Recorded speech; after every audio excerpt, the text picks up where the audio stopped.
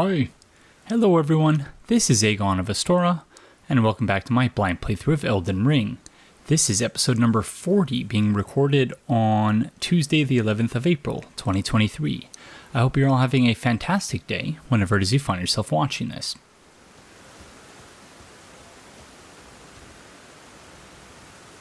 Alrighty, so it is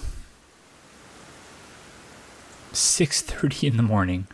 I was up at 5, could not sleep, or not get back to sleep, I should say. And so here we are. So I did some editing yesterday. I still have to edit episodes 38 and 39, but 37 is finished, or at least I have to finish editing episode 38. And in that episode... Okay, hold on. Let me get my bearings here. We need to go to the minor Erdtree, which I believe was up this spirit spring over here.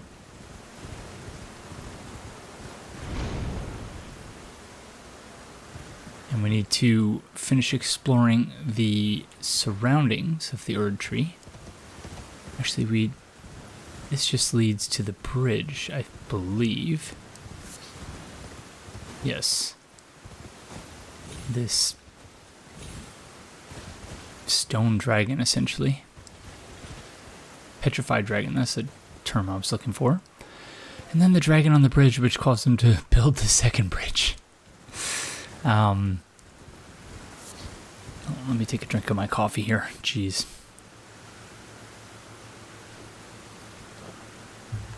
It is too early. I got up, folded some laundry. Ready for work, but work doesn't start for quite some time, so I'm here to record until work starts and or Relay of Astora wakes up. So yeah, I was editing the previous episode as well as episode 38, or starting work on those episodes, and I noticed in episode 38 I talked about the whole idea of wave-particle duality in the double-slit experiment, and I talked about how that related to sort of my personal philosophy for existing in the world. But yeah, I could have dwelled on the implications a little bit more of, like what that means in terms of what it means to exist within the world as opposed to existing apart from it. So I figured as we were exploring the surroundings of the Erdtree, I could speak to that a little bit more. Ouch. And essentially, the whole idea of the double-slit experiment and, light is behaving at the subatomic level as a wave, seemingly. So, we always thought of light as being sort of a particle, but, on the subatomic level, it's behaving like a wave. That's really strange. So what did the scientists do? They did what they always do, which is, how do we observe this? Let's set up an experiment in which we can observe what is happening to the light as it's passing through these slits and creating this interference pattern on the back wall. Excuse me.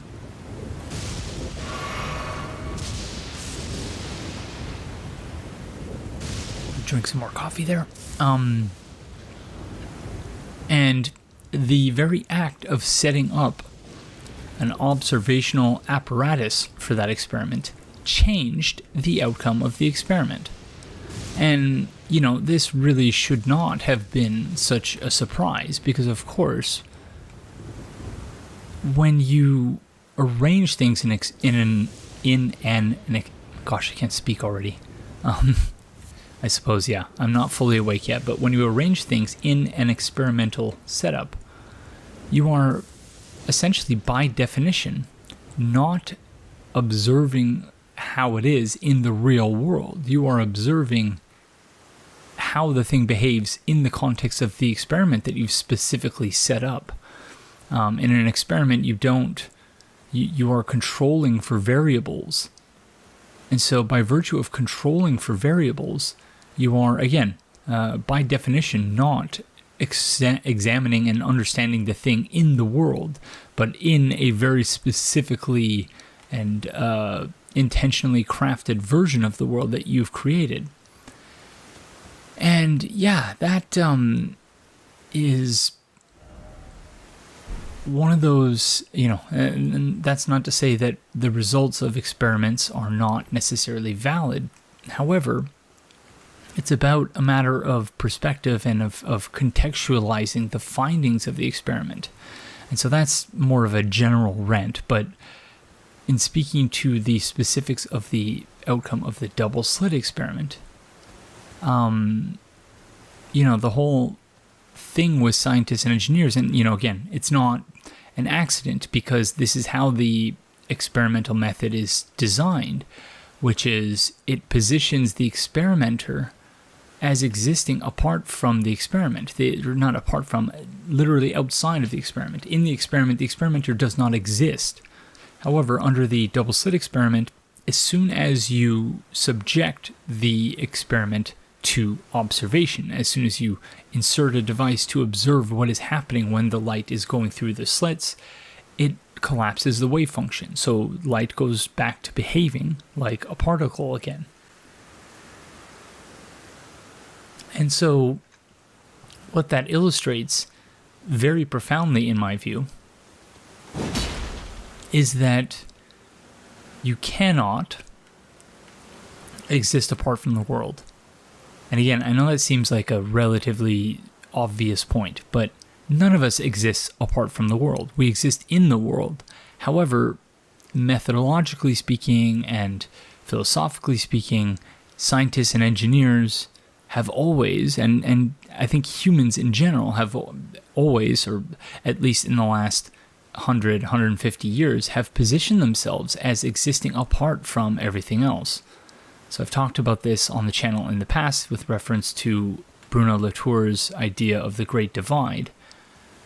So this is where we need to descend. I do seem to recall this. And then there is a spirit spring leading up there. I think. Where is that supposed to lead, I wonder? So maybe we should... up before down. Let's check this out first before we come back down to check that out. And so the context in which I was exploring this theory in my postdoctoral research was the idea of scientists and engineers in society in general, but in particular in the context of equity-oriented science, technology, engineering, and mathematics outreach research. So STEM education, outreach research. Oh, crud. Okay, that was close.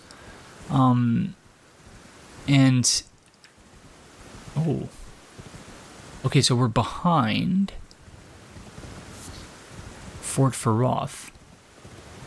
Was wondering, or are we? Oh no, we've been here. Okay, never mind. We have absolutely been here.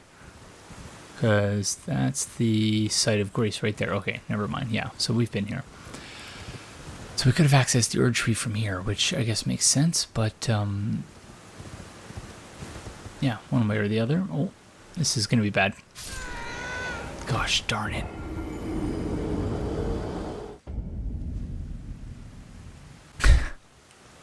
Yeah, that's a fail. So, interestingly, a little detail I didn't notice last time we were here is that, I mentioned in the previous episode, there's no riddle or anything that we have to solve, and so presumably there would have been one, but yeah, the little imp friends have been knocked over, so yeah, that's that. So, where am I going with all of this? I don't remember the point I was just trying to make. It was something about how this relates to my postdoc, but yeah, it's sort of lost in the ether of my mind already. So I'll just bring it back to the more general point, which is that we exist in the world. We don't exist apart from it.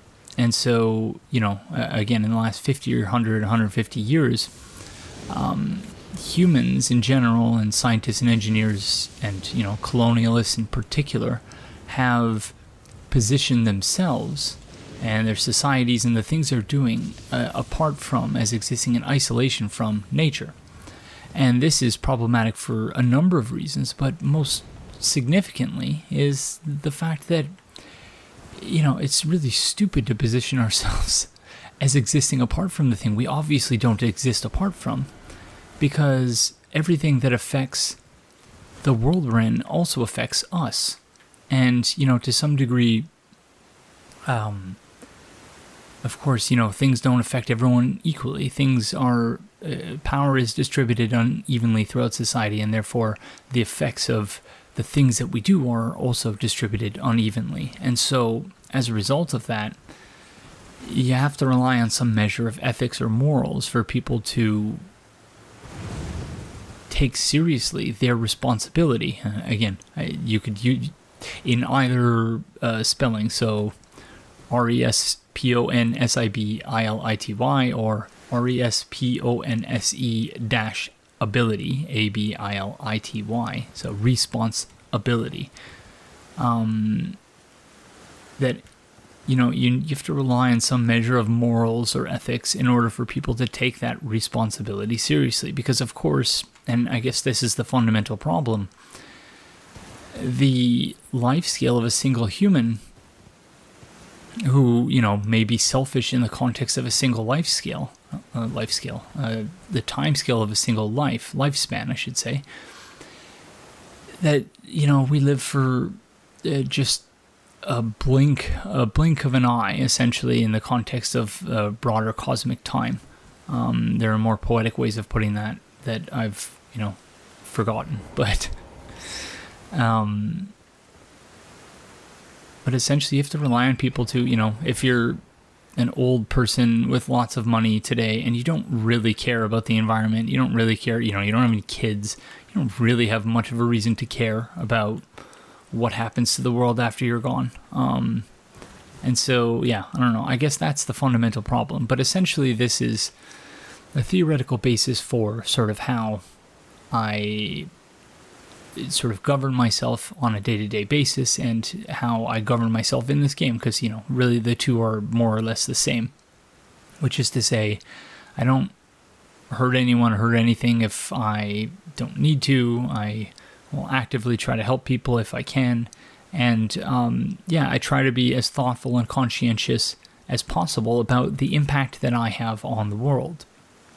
Now, of course, mechanically, in the context of Elden Ring, it's not, and I guess in the context of video games in general, it's not so sophisticated that you really need to think about it all that deeply. However, that's still sort of how I behave in the game world for one reason or another. And so maybe, again, that's that ethics piece again, that if you don't really have any incentive in terms of, you need to care for the world for yourself, to ensure that there's no negative effects of your actions that come back on yourself that affect you or affect those who you actually care about, whether right now or in the future, then you sort of have to rely on some sense of internal morals or ethics in order to ensure that people behave in a manner which respects the world and cares for and ensures that you are respectfully caring for nature in the same way that the people who came before you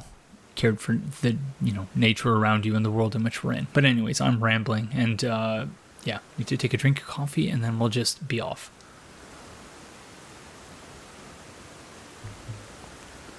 So that's my spiel.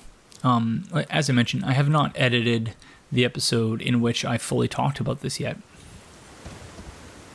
However, I did just enough of it to realize, okay, I probably could have dwelled on that point a little bit longer to make the point a bit more apparent and obvious. I think I see, if not the painting friend, I see a blue glow down there. That could be like ghost flame or a cave or something like that. Whew, you know, I'm pretty sure that's painting friend. Has to be. Okay, so next we could go down onto this branch here or onto this stone thing, although it looks like there are lots of bloodstains there, suggesting perhaps that you should not do that. So maybe down here. Oh, that's bad. That's bad. I'm dead.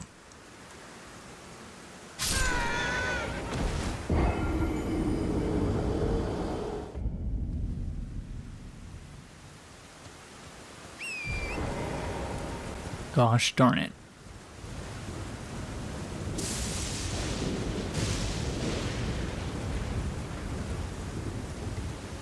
Oh no. Oh.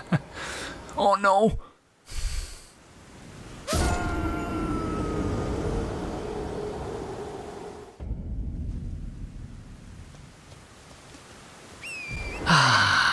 We just lost 20-odd thousand runes, which, you know, is fine. But, gosh darn it. That was embarrassing. Really should have been paying attention. Did not expect that when we got off Torrent there, we would just fall right down. But I guess I should have known, given where I was positioned. But anyways, let's try again.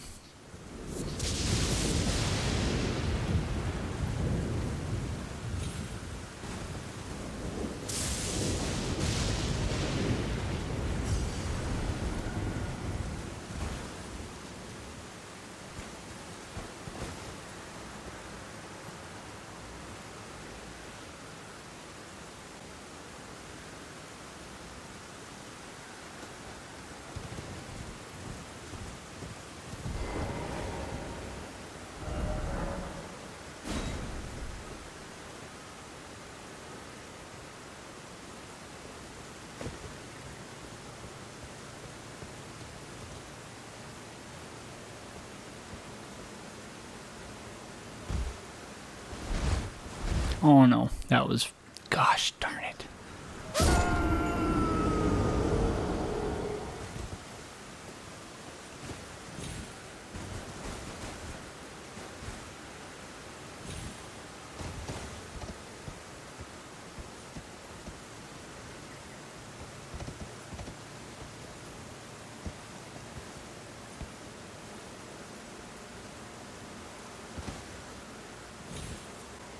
No. Oh.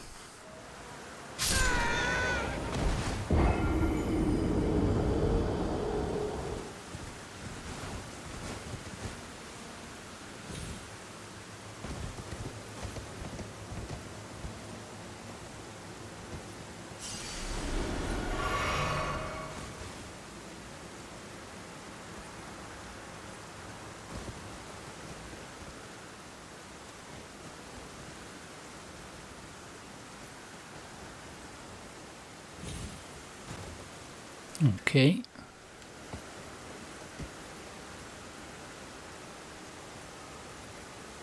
Oh, I'm scared.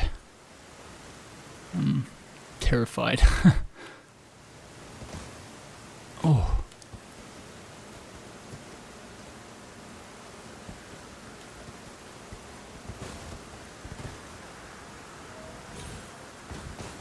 Thank you. For a ranged battle, what for? Oh. Looks like a golem.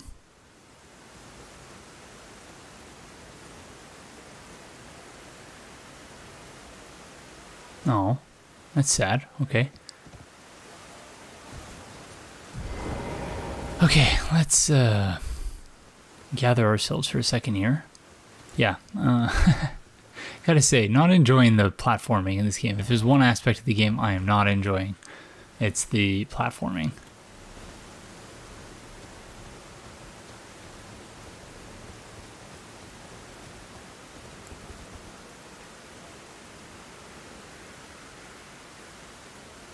What is the deal with the blue glow if that's not a painter friend?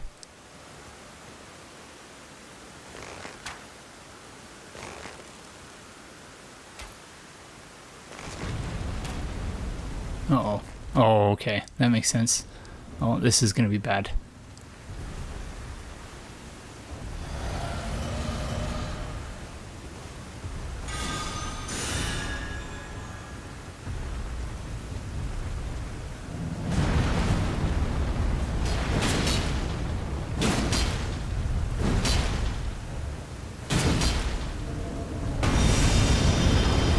Uh-oh.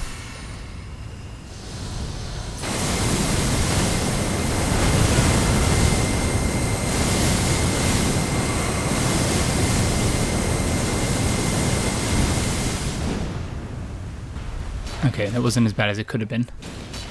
Oh, you have a lot of HP, don't you? Ouch. I thought I dodged that.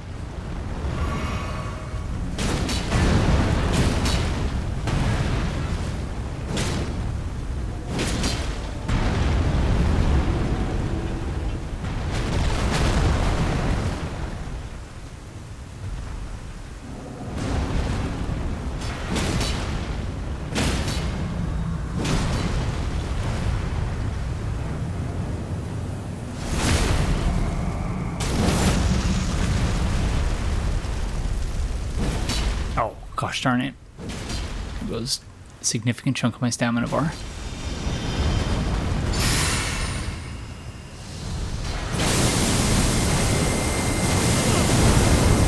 That hurts.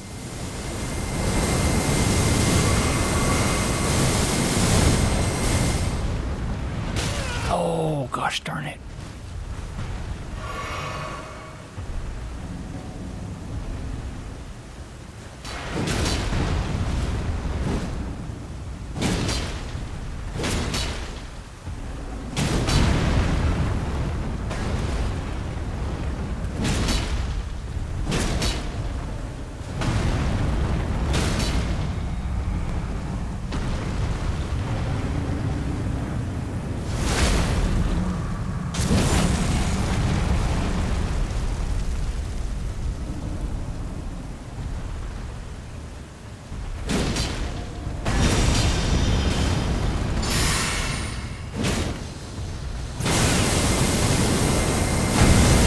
Oh no.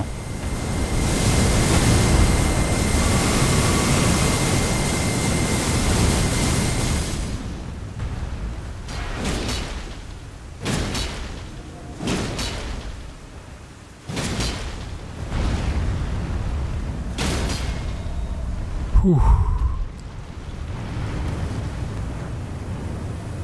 Rip friend.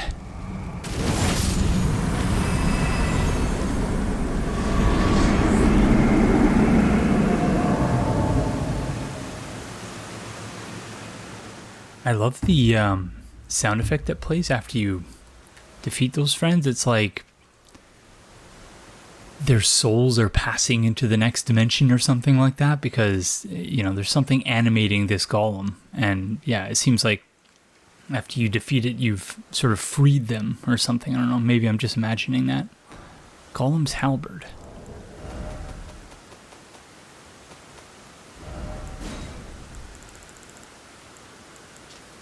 A great halberd of black stone, crafted by a civilization now gone to ruin, wielded by the guardian golem. Not a lot of info there. Rune arc, okay. So there's no painter here.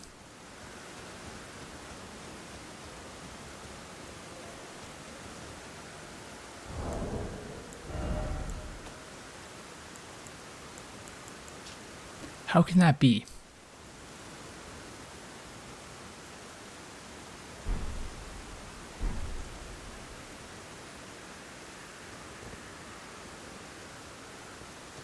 Unless it was up there and I just missed it.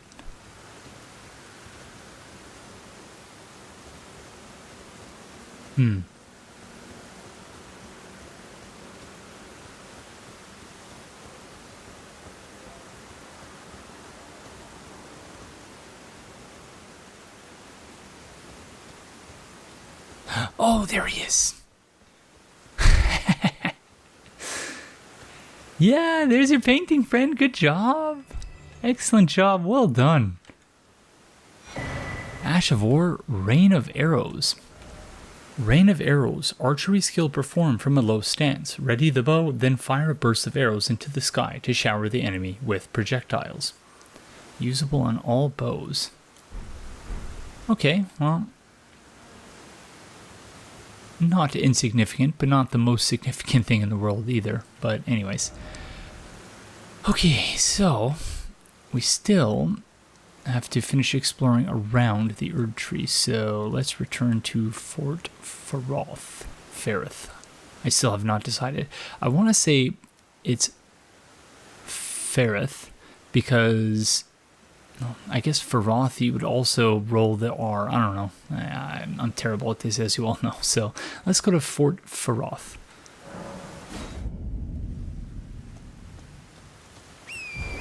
Actually, I think Faroth is probably the pronunciation because Faroth, you would need 2 R's for that, whereas Faroth is just one Faroth. There's no double R there. So let's say Fort Faroth.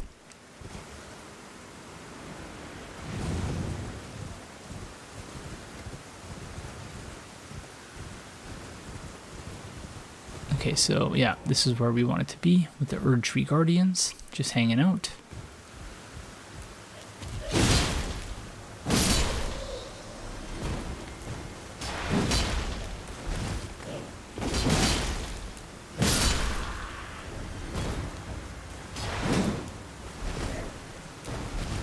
Surprised none of them have used their farting attack yet.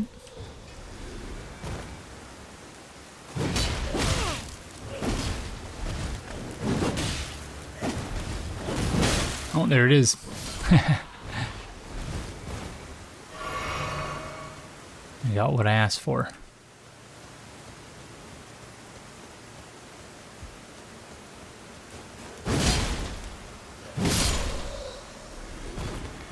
I wonder what the deal is with the growth coming off their backs.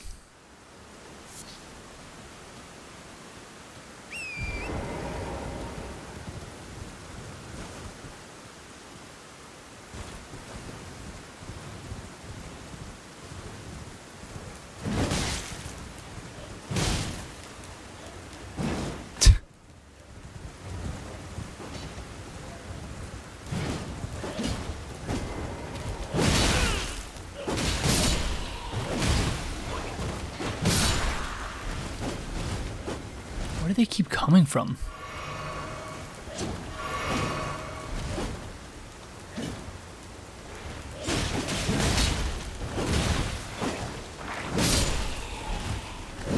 Well played, friend.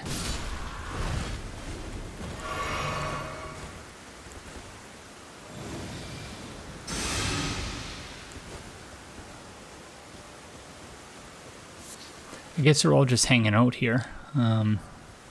Guardian Bracers.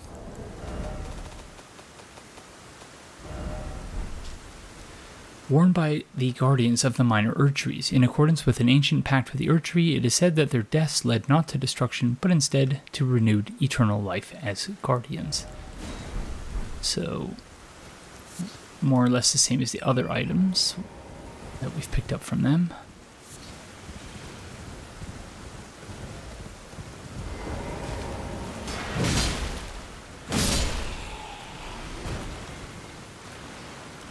Oh yeah, they're coming out of the ground. Okay, that makes sense. So I was questioning, like, where are they all coming from? So they're coming out of the ground. So in other words, they return to roots. It's a very literal understanding of that.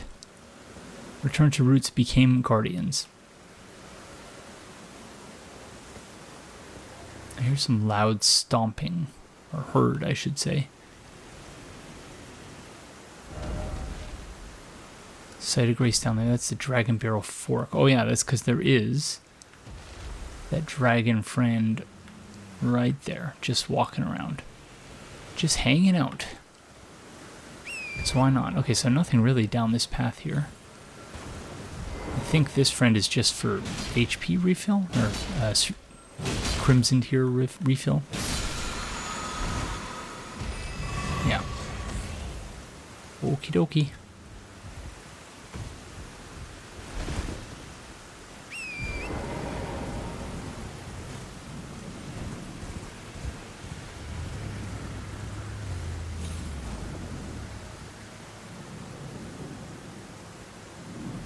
Still, ooh.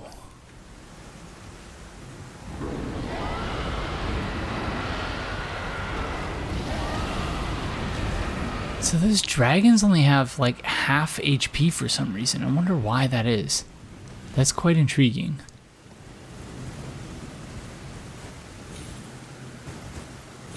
We saw something very similar with the Black Knife Assassin in one of the, I think it was the Black Knife Catacombs.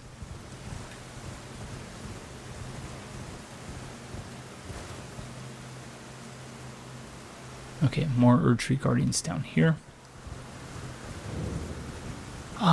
We do still have the debuff active. So you could probably argue it would be a silly idea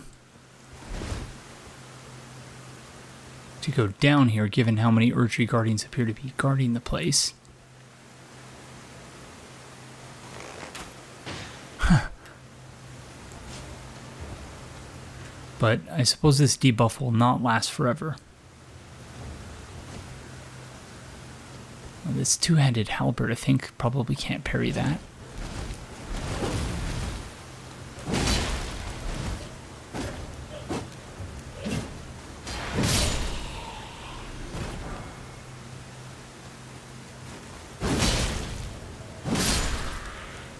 So we learned when we were in the Great Waterfall Crest, briefly, we fought a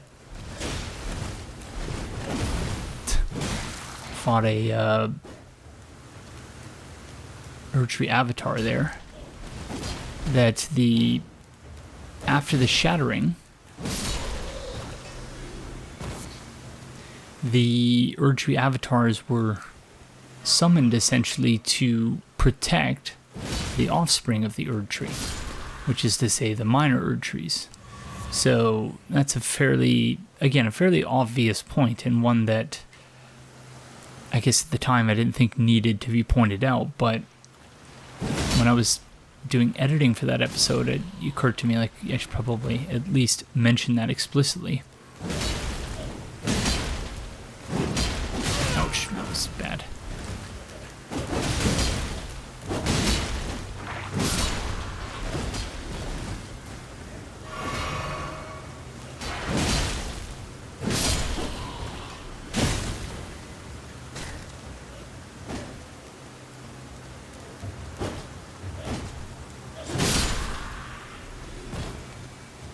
And yeah, so I think that's pretty interesting stuff. It would sort of run counter to some degree, anyway, to my suggestion that the Erdtree avatars are sort of a manifestation of... Oh, so this is one of the directions in the fork that we did not take. So this makes a lot more sense, because if we took basically a rear entrance by relying on the Spirit Spring to get to the minor Erdtree, whereas it makes a lot more sense that you would have to sort of climb this hill and fight against all of these Erdtree Guardians.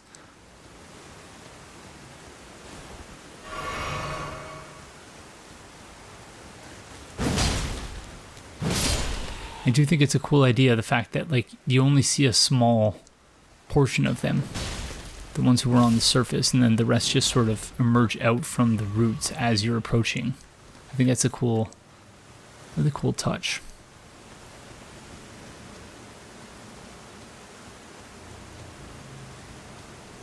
I love that there's a dragon beneath these tree roots, massive tree roots, which looks... The tree roots themselves look like a dragon, and then you actually have a dragon underneath it. Okie dokie. So, as far as the fork is concerned, we went that way.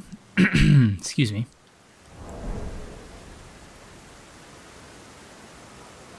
Or did we? Yes, we did. That's how we got to Lenna's Rise. And then we went, we just sort of looped around and came back this way. So I'm just trying to figure out what is left here.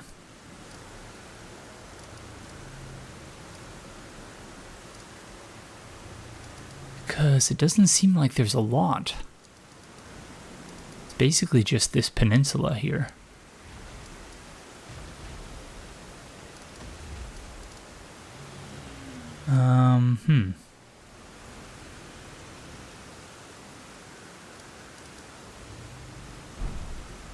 Did we get anything from the... Oh, I guess we got those tears, didn't we?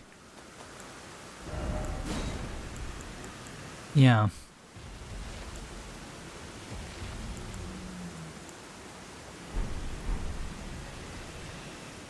Nice that we have that medallion, but... Okay, so...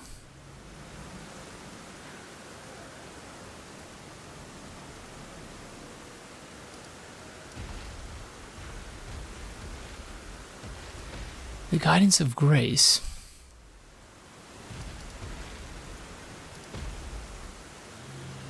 It was leading to the Church of the Plague, I want to say. But we still not found Millennia anywhere. I'm very intrigued by that.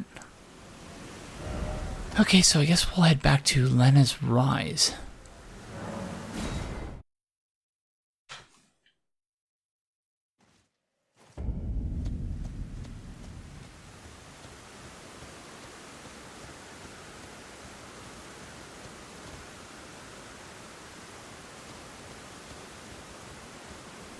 Or, if we're doing up before down and we're taking it seriously, technically I think that means we should do the upper bridge first.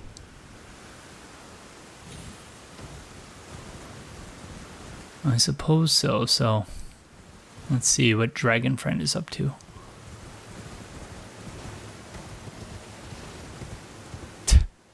Another way of looking at it would be that this bridge is the toll bridge, and the other one is not.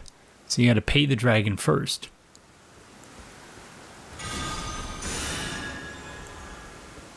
Before you're allowed to cross.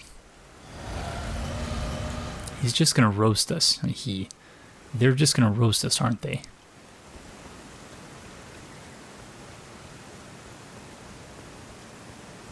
I have a feeling this is not going to be good.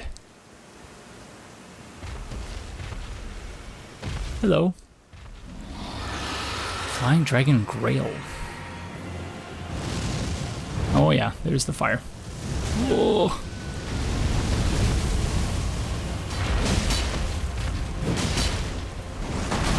Oh crud. Lieutenant, help. Oh no. We may be out of her range. Oh no. That's bad.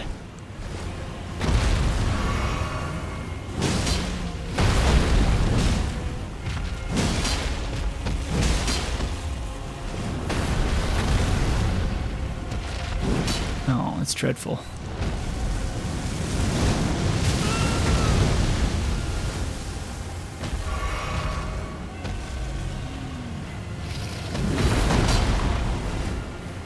Oh, come on. Gosh darn it.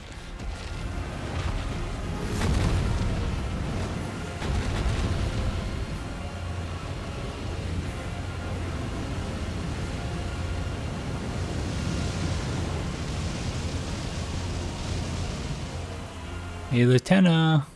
Oh my gosh, I really did put her very far back, didn't I?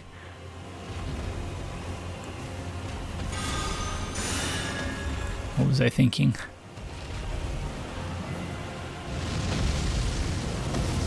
Oh.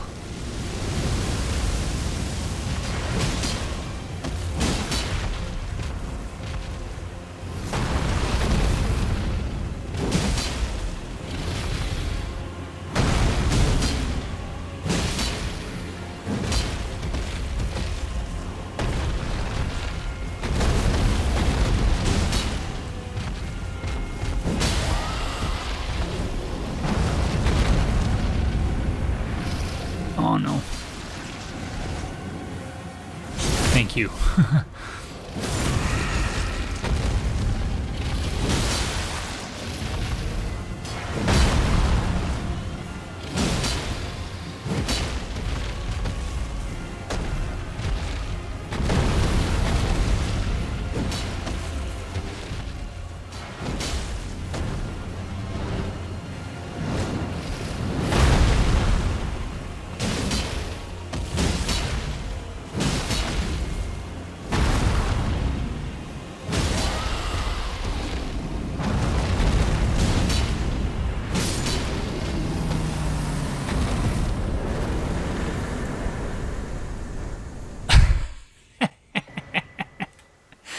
Lieutenant's like, why did he summon me?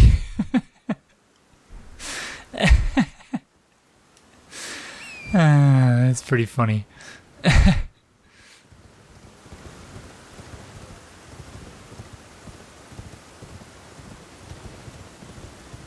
What an absolutely dreadful place.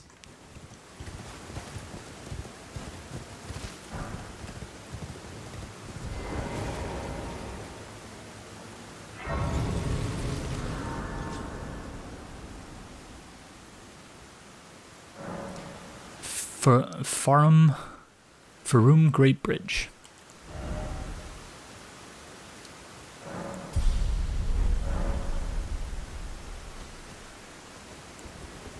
There's a vulgar friend over here.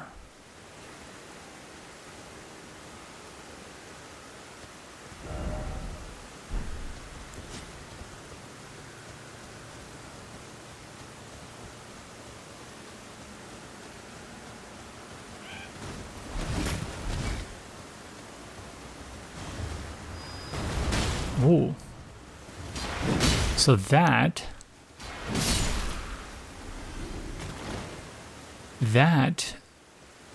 is a skill or a spell, incantation, that friend seemingly learned from Geraint, because that's one that Geraint just taught us.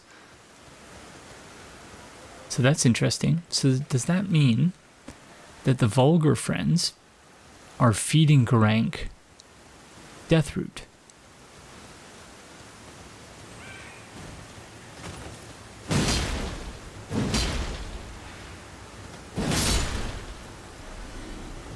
And here again we have the fossilized remains of all of these beasts. A la crumbling Farum Azula.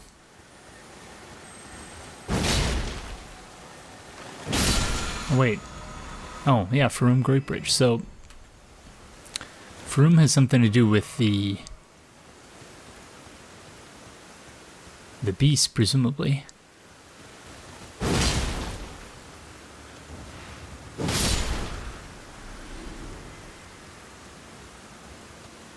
Okie dokie.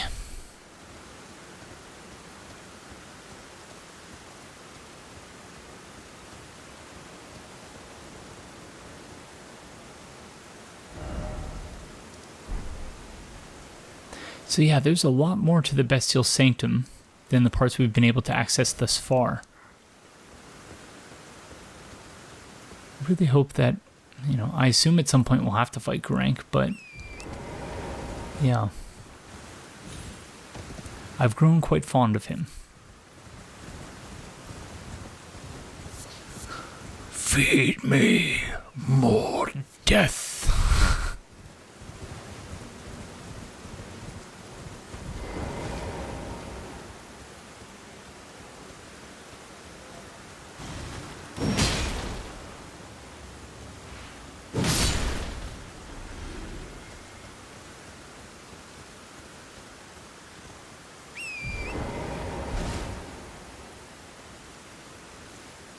Yeah, it's weird because, like,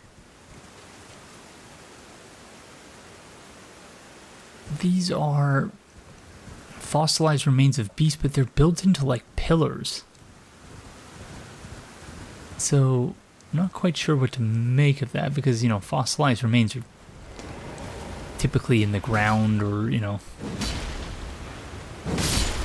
found through archaeological digs and not, like, oh, can we embed some fossils into, you know, some... Oh, so this is the end of the earth, quote-unquote, as I've described it.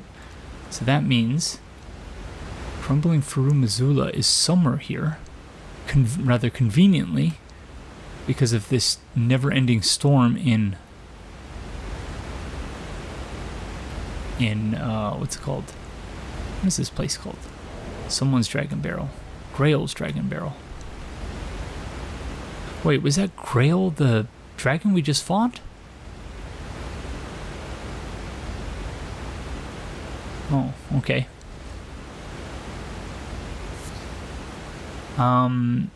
So this place belongs to the dragon, essentially.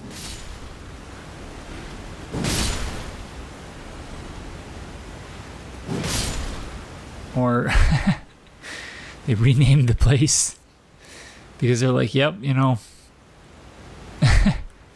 the dragon on the bridge there, he pretty much runs the place, so we'll just name it after him. Sure. Wow, frame rate just dropped precipitously there for a second. Okay, just stepped on a poison mine. That's interesting. It's like a whoopee cushion, but with actual farts in it. Makes sense.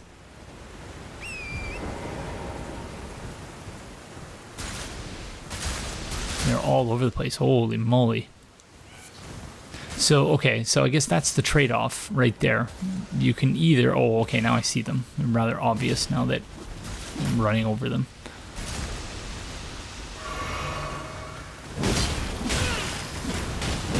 So that's the trade-off there, because I was wondering, like, why would... Oh, gosh darn it. Wow, they obliterated me.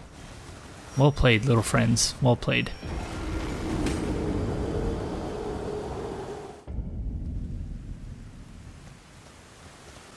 So yeah, that's the trade-off. That makes sense, because, you know, you look at the two bridges, you're like, okay, this one has a dragon on it, this one doesn't. Which one should we take? The answer is obvious. Take the one that doesn't have the dragon on it, unless you're me and you have a playthrough and an arbitrary exploration heuristic that you're trying to at least nominally stick to. Under those specific circumstances, you might take the upper bridge, but otherwise, yeah, there's got to be some reason why taking the lower bridge might be disadvantageous in some way, and we just discovered it. So beyond that, is there anything else over here that is worth exploring? It does not look that way. It's just, you know, you have two choices. Which one do you want to pick? And the one that looks easier is actually probably the more difficult of the two, because that dragon boss fight was actually not all that difficult, even though Latenna essentially was of no assistance whatsoever. Yeah, there's no items or anything, so... Well, nice try, friends.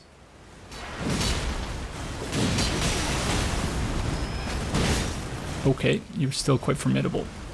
I'll give you that. Oh my gosh, oh my gosh. That's what I get for talking trash.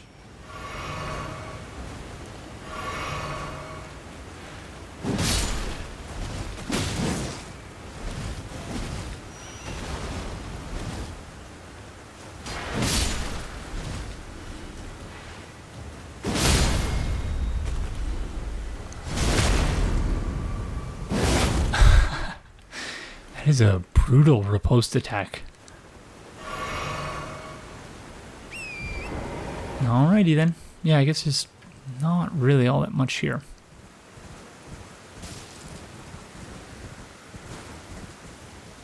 Just more of the vulgar friends.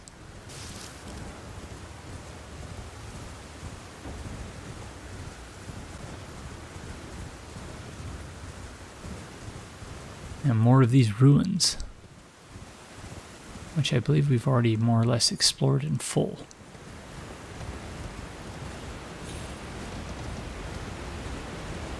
Indeed. Okay. So I just head back to the Farum Greatbridge. Oh, someone was trying to hit me there. Sorry, friend.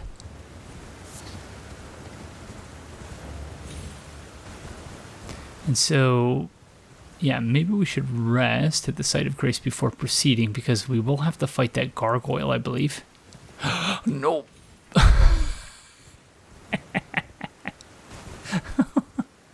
Okay, that was good. I complain about Torrent a lot, about how slippery he is, but yeah, that was that was good. Oh my goodness.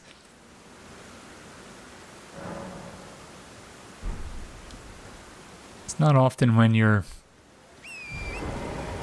about to fall to your death that you just have a last second out, which works like a charm, and it did there, so thank goodness for that.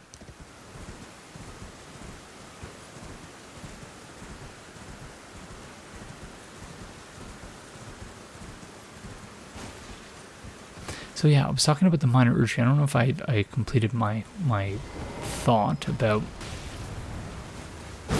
Oh, that was a dreadful running attack. That we learned that the Erdtree avatars were spread throughout the world to essentially protect the offspring of the Erdtree, which is the minor Erdtrees. And so which one is this we're looking at? Well, that's all the way back from like episode 20 or something, or 19, when we first came to Caelid, that Erdtree, minor Erdtree, I should say. So yeah, I'm just thinking about whether there are any implications to that. So let's see if we can summon someone.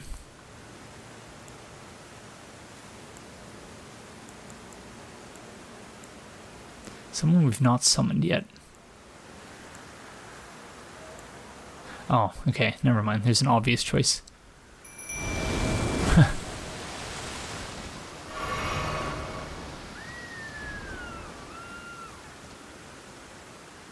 Oh, sorry, dear friend. I didn't mean to scare you.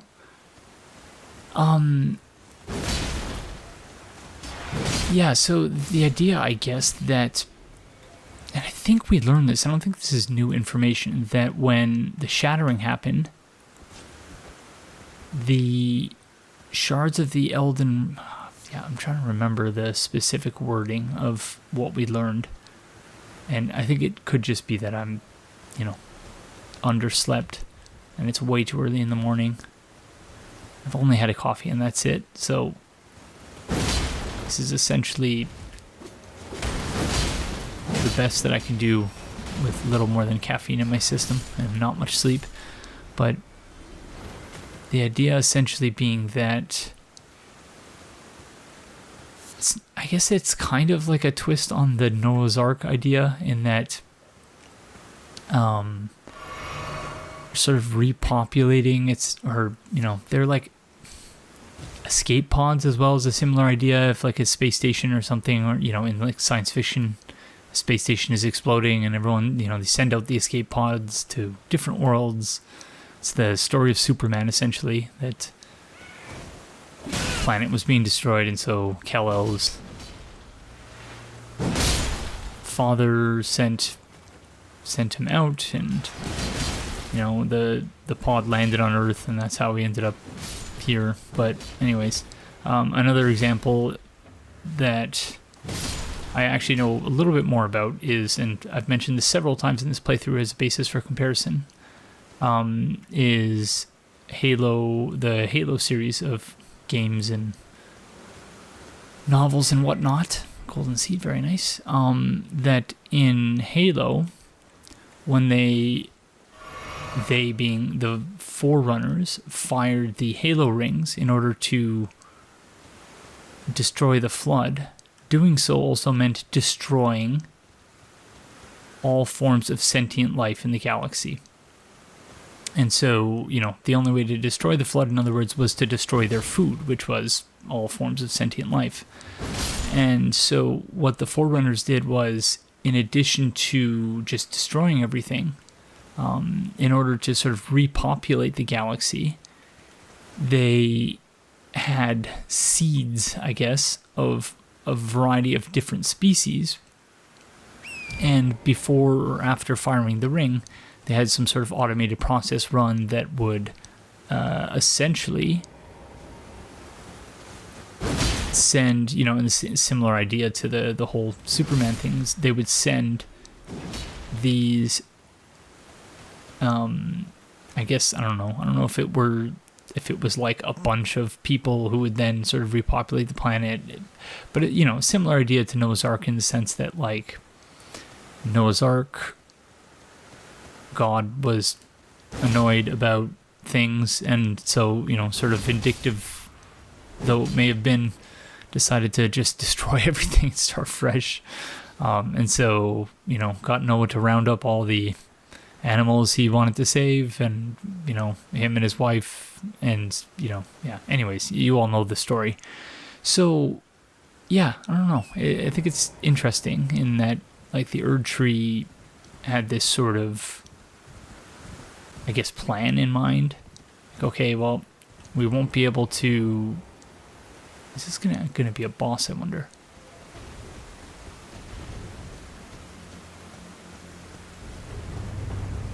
Black Blade Kindred. Okay, interesting.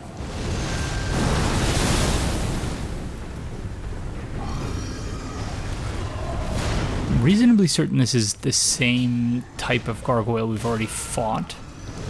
We fought at the Great Waterfall Basin.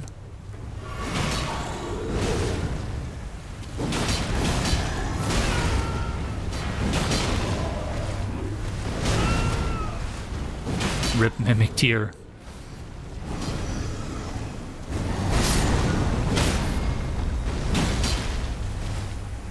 Oh, crud, that was dreadful.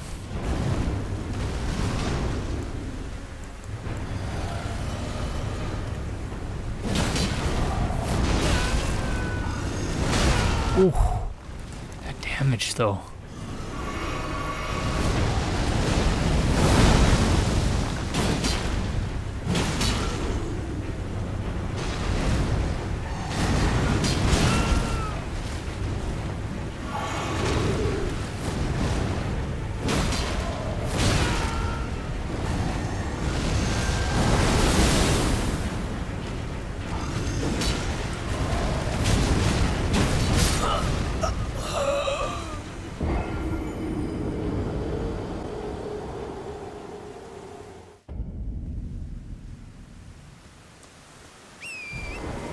Probably should not have been trying to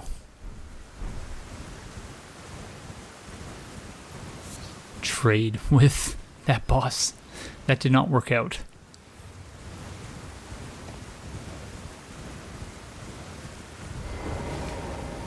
You know, we could be really cheeky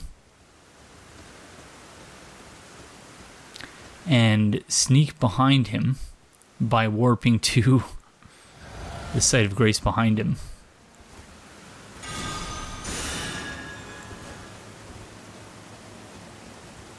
Oh no, okay, I didn't actually intend to do that. I was trying to call Torrent, but I suppose, yeah. So I don't even know if we're really able to poison this friend.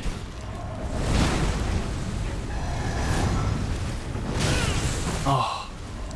Not off to a good start.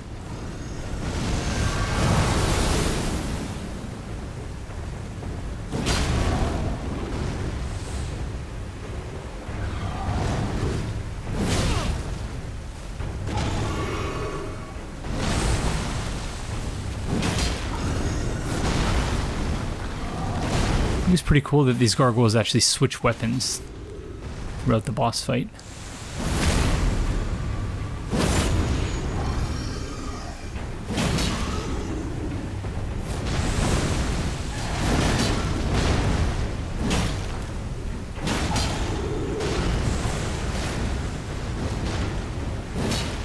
Missed.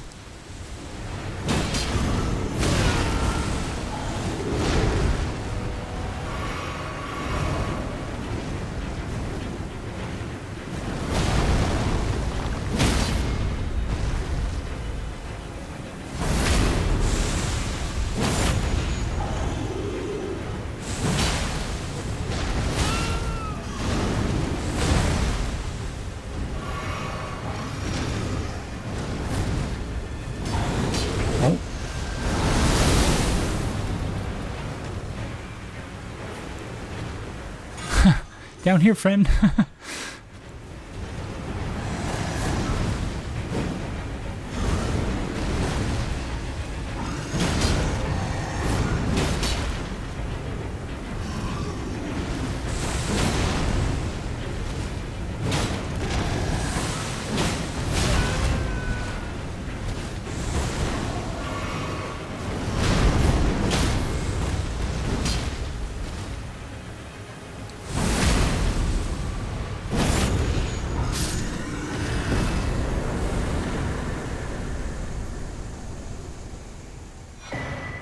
Gargoyle's Black Blade.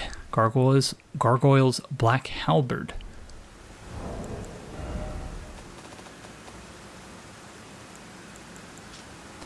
Bronze greatsword wielded by valiant gargoyles, mended with blackened corpse wax, deals holy damage, such is the mark of those who serve Malekith, the Black Blade.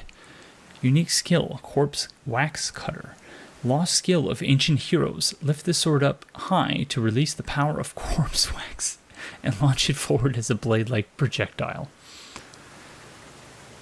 Bronze halberd wielded by valiant gargoyles, mended with blackened corpse wax, deals holy damage, such is the mark of those who serve Malekith, the Black Blade. Okie dokie. Thank you, Aurelia, jellyfish friend. Appreciate your help as always.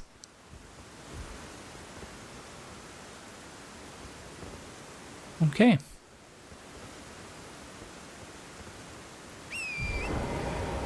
Yeah, we have 153,000 runes, so maybe we'll go rest and then see if we're... do a quick run around, just see if we're missing anything elsewhere.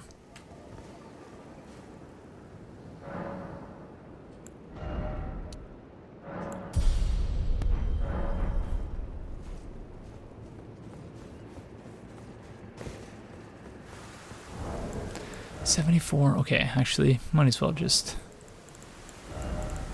finish leveling up. We need about 6,000, so... and by finish leveling up, I mean, we might as well just use the rest of our runes as well.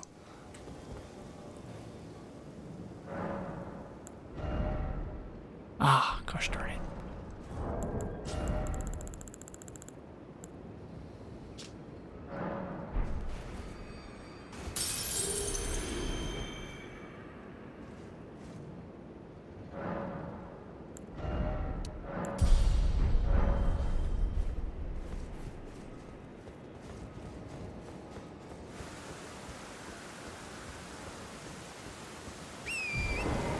Okay. I know when we first came here, we explored on the opposite side. I don't think we explored this side. But as best as I can tell, this whole area just seems to be filled with those vulgar friends, and there doesn't really seem to be anything else going on.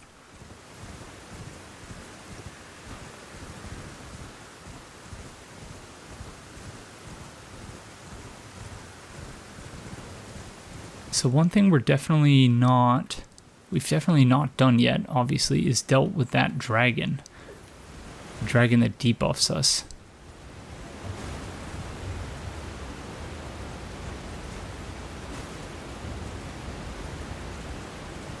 And yeah, I don't know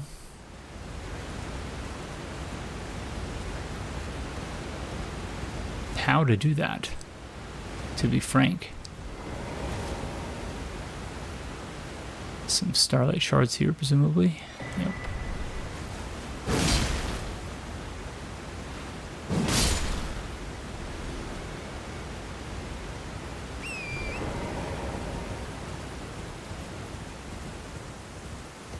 Yeah, I really wonder what this place was supposed to look like. Like, obviously we're finding everything in the world in a somewhat ruined state.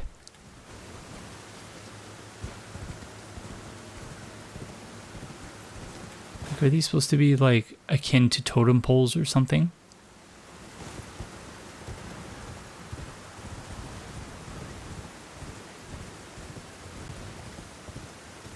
Not sure.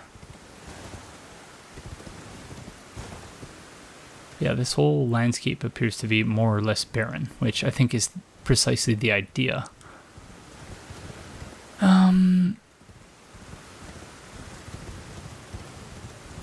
But yeah, not a lot of items, it looks like. So I think...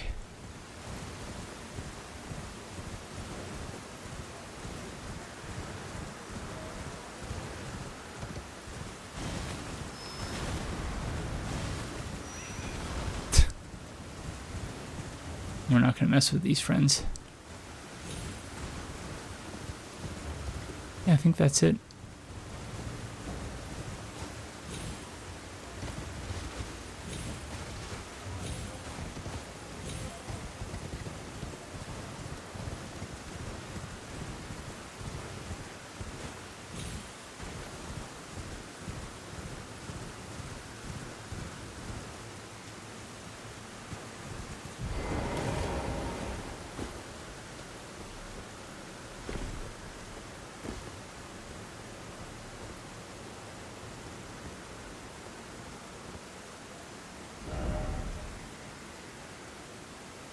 Okay, that's interesting.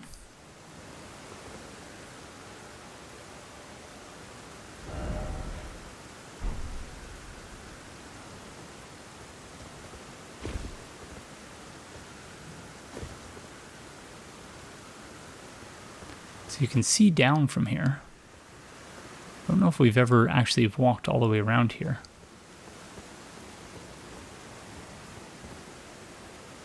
Yeah, there's absolutely no way we could survive that fall.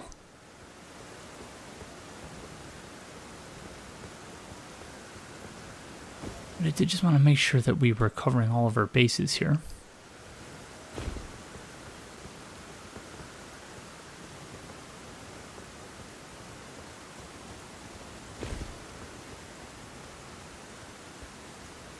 Okie dokie. See if Garank has anything new to say, maybe?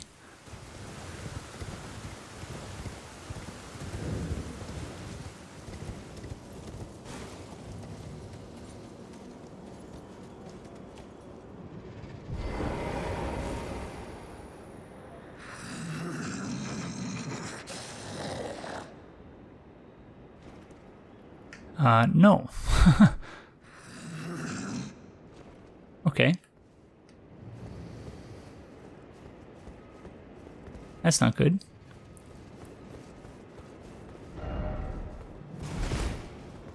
Center.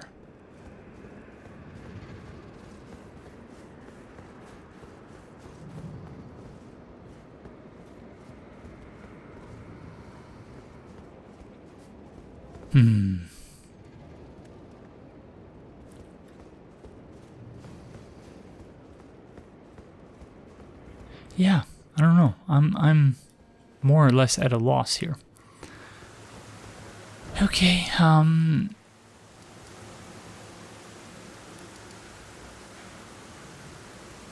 Celia backstreets and it's leading there.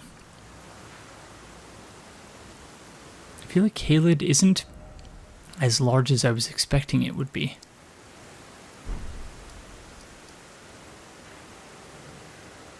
Because we're more or less done at this point, I think.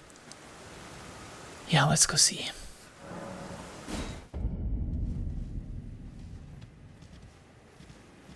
The guidance of grace is leading in that direction.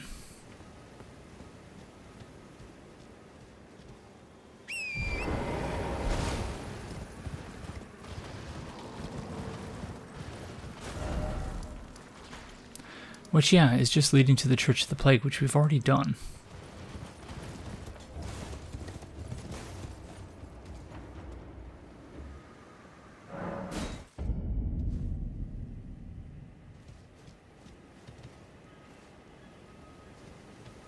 Okay,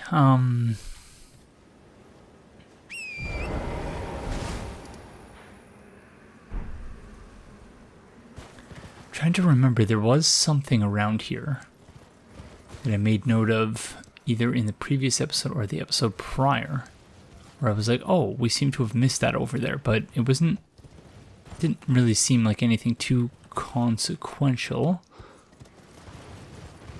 But, you know, if we're looking for things to do here and to finish off, yes, it was this graveyard over here, which we have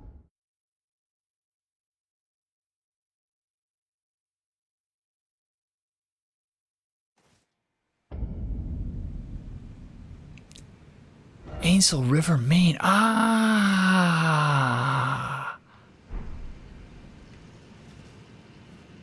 Okay then.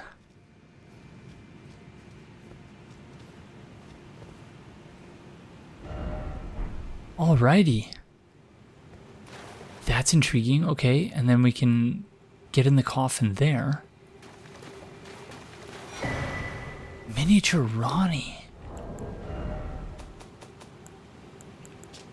A doll resembling Ronnie the Witch. From head to toe, every detail is perfect. This unresponsive doll seems pleasantly cool. She is quite cool, I will give her that.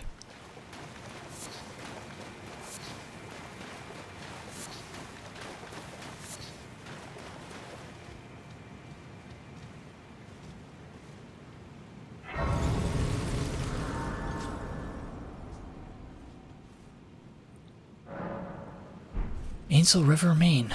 Again, my apologies, everyone. I really should have realized. Because, yeah, I was just like, oh, there's a site of grace here. Okay, that's great. You know, it is what it is. I had no inkling that it was supposed to lead us here.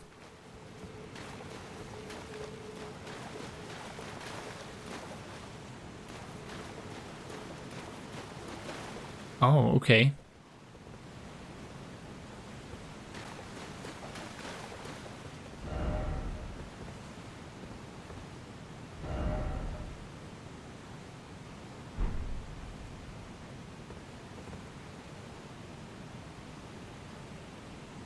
Look carefully.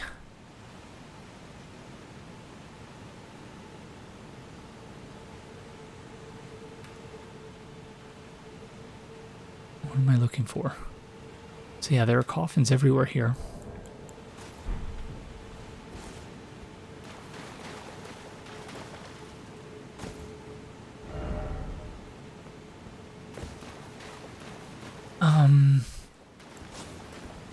Are these coffins supposed to have fallen from somewhere else? I was thinking that we were about to have a Great Waterfall Basin crest type situation where... Can't all call Torrent in here. Where, yeah, we would get in the coffin and then travel somewhere else, but apparently not. Okay, we can summon help here. What do we want to summon? We have a lot of friends we can summon now. Yeah, let's, we'll try the Great Shield friends. Let's go. Oh my gosh, they did. Bubble friend got them as they were sort of taunting, I guess. So they were not ready for that, which, you know, would be fine, but that's kind of their whole shtick, is that they're supposed to be, you know, good at guarding one another. But ooh, it's another one of these gravity butterfly friends. Ugh. Annoying.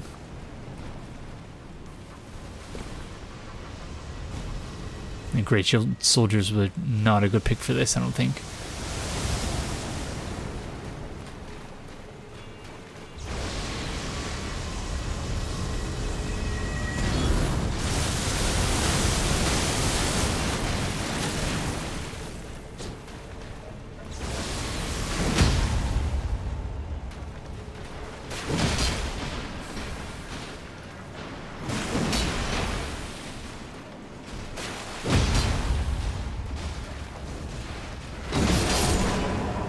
Get wrecked.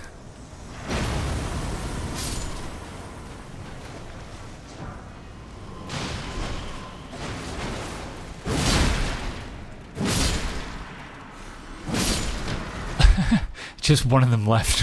He's taunting them. Friend, just block. Keep yourself alive.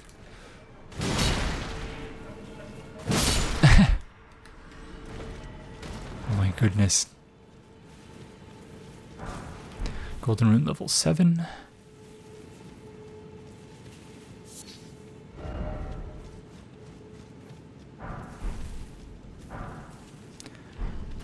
Ghost Clubwort level 6 and 7, so...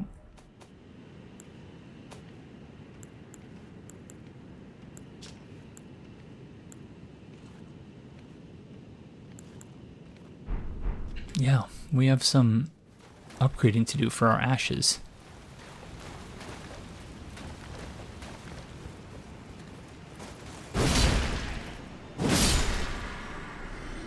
Ooh, nice bubbles.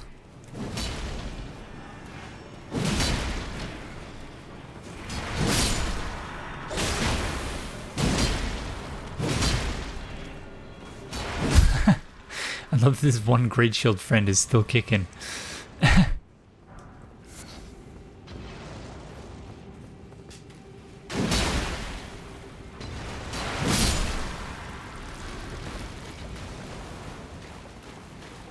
Okay, let's go pick up all the items now.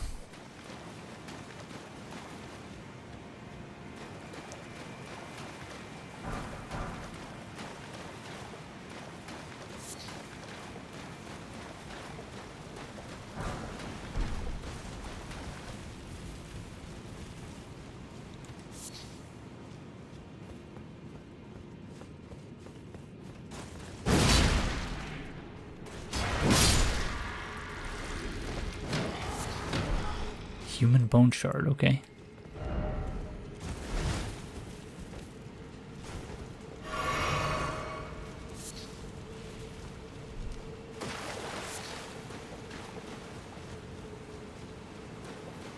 Oh gosh, it's one of those... I can't even remember what they're called, those plants, but not my favorite friends to deal with.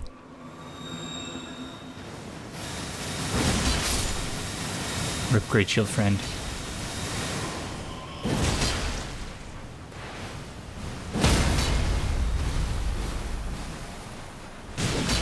Oh.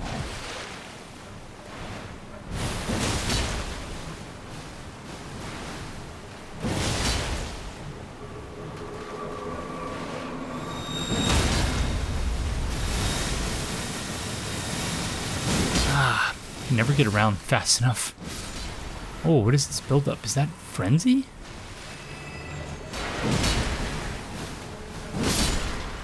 Okay, that's interesting.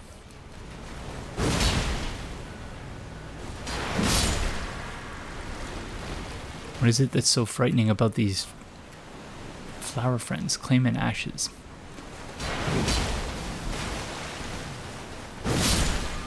Other than the little wiggly dance they do when they're coming after you. I'm gonna get you.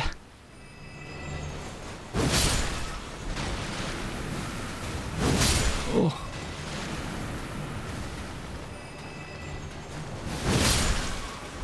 Yeah, I'm reasonably certain that's frenzy buildup, so interesting.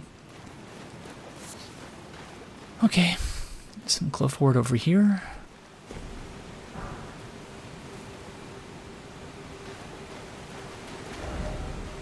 Riverhead. Indeed.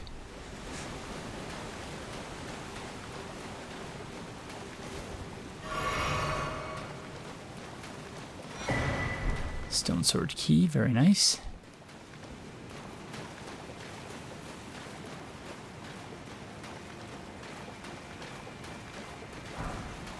Smithing stone level 4. It's a pretty cool look. The archway and everything. The two statues.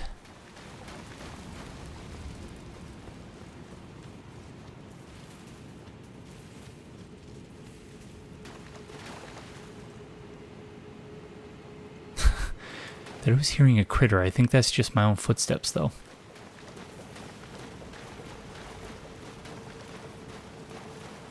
I'm tempted in the next episode to proceed to the Great Waterfall Crest.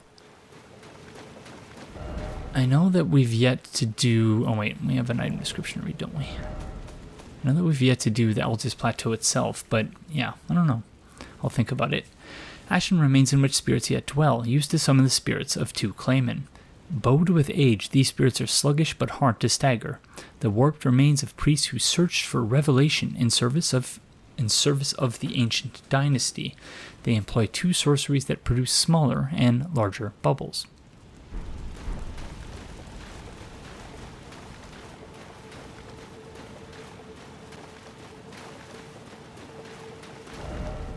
expect water slide. Is that really a thing?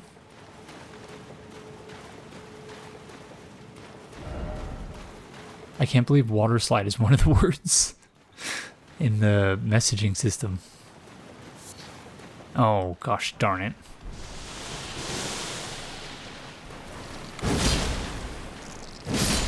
Leave me alone, ants. I'm sorry. I was a child.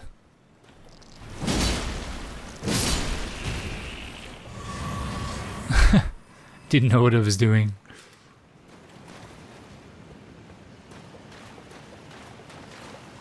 Ugh, gross.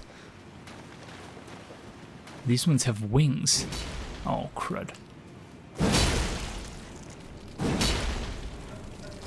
Oh, that's bad.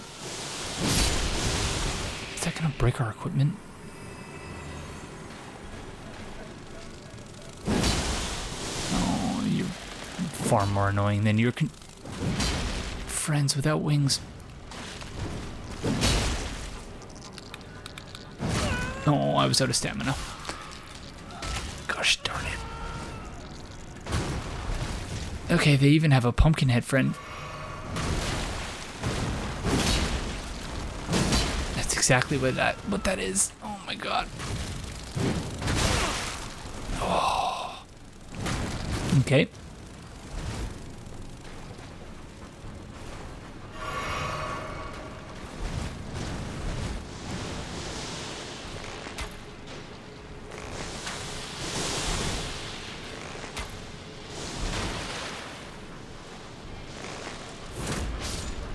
Thank you.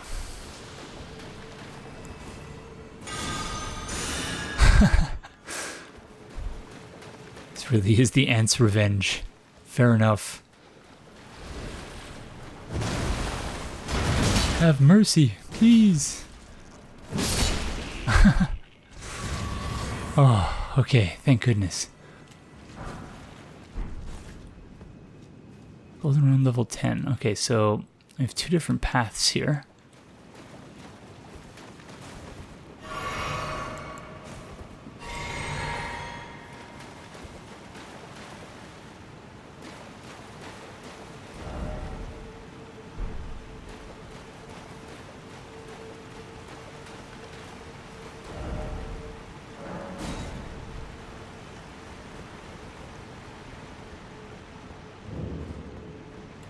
Noxtella Eternal City.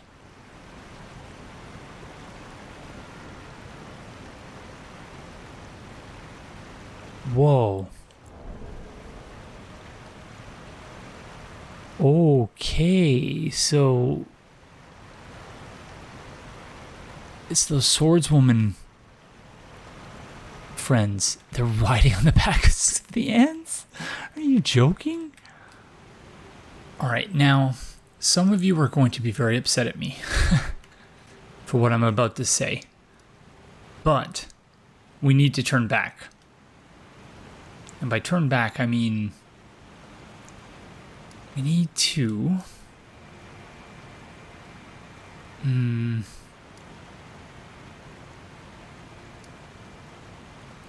know, we may be right near a site of grace. I imagine there's probably a site of grace ahead, but all the same, we need to turn back. And there are a few reasons why. And by turn back, I mean we need to come back here maybe in the next episode. And the reason for that is it's now the following day. It's Tuesday, April the 12th, and at 7:03 in the morning. I hope you're all still having a fantastic day today, whenever you find yourself watching this. And the reason for that is I've been doing some thinking in the last day about some of the things that happened in the last episode or two. And so, actually, before we get to that, it's time for Fun with Definitions. Main, as a noun, is a principal pipe carrying water or gas to buildings or taking sewage from them. And so, basically, yeah, we are either, when we say Ainsel River main, essentially we are in this sewer system. We're in the sewer system of, I guess, Noxtella? It could also be the sewer system for above ground things, although given where we are, like I suppose it's possible this runs all the way to the academy, possible if not likely, particularly given it looks like it runs in parallel to the road. So yeah, I am fascinated by the world, how it's constructed, and in particular the the hydroelectric, or at least hydrological infrastructure that runs throughout the world, that they've been reshaping the landscape in various different ways, which I think is fascinating because it sort of runs in parallel to this theme of the roots stretching across the entire world. And yeah, there's a lot we can unpack there, but it's 7 in the morning and I'm going to stick to my list for now. So yeah, Ainsel Rivermane, in the previous episode, yesterday when I was recording for this episode, I was like, Maine, like what does that mean? And I was thinking back to the Divine Tower of Caelid Center, and I was like, well, but there's no colon, so Maine, like what does that mean? And then yeah, it occurred to me, oh, water main. So yeah, I looked it up, and indeed, it's a principal pipe carrying water or gas to buildings or taking sewage from them. So beyond that, something I mentioned in an earlier episode but didn't actually pull up the comment was a comment from Rince Windus. I did show it on the screen in episode 38, I think, which is Dragonbarrow. Barrow is essentially another word for graveyard. So, I looked it up, it says as a noun, an ancient burial mound. So essentially, this whole area is a burial mound for dragons. Or, as Rince Windus put it, a graveyard for dragons. So that makes sense. But now, let's talk about Millicent. So, before we left Caelid, I was like, gosh, there's got to be something else going on here. What is happening? Is that it? Like, thank you. We followed the guidance of grace, and then I was like, yeah, we followed the guidance of grace to Millicent. So, I mentioned as well that in that trailer, the, announcement trailer for Elden Ring, there was a person with one arm who was popping an arm into their socket. Sorry, just taking a drink, finishing off my coffee here. Millicent, as we saw, was also seemingly an amputee, and gave us the prosthesis wearer heirloom. And then I went after the previous recording session, I should say, and I rewatched that trailer, which again was the only trailer I watched prior to the release of the game. And the person who's facing off against Radon looks exactly like Millicent. Red hair, right arm is missing, popping a thing into her right arm. So then I thought about what Gowry said. And Gowry said he found Millicent in the swamp of Ionia. The same swamp in which we found many Cleanrot Knights emerging. And so we learned that Radon was killed by Cleanrot Knights, and that Millicent is now driven by this she sort of has amnesia, but she has some of these memories that she's driven by to act in certain ways. And so she came to Sage Gowry's shack. However, I'm reasonably certain now that she has gone to Redmane Castle. And if not there, then to the, what was this area called? The something. the Mound of Despair or something like that. The Despair Dunes. Yeah, I can't remember. So, yeah, all of this is to say, I think we need to return. I can't remember. Did we? Yeah, I think we fully explored this part, so we couldn't go anywhere here, and this was impassable as well. So, okay, we'll keep going until we get a Site of Grace, and then we'll turn back. And I know this seems very, very convenient. And it's only partially because I'm frightened of this swordswoman who is riding on the back of an ant. It's only, okay, there's our Site of Grace. It's only partially because I'm frightened of that.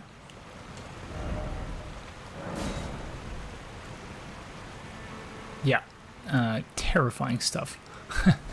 So we're going to light a Site of Grace and then go to Redmane Castle. And then, you know, if there's nothing there, then we'll come back.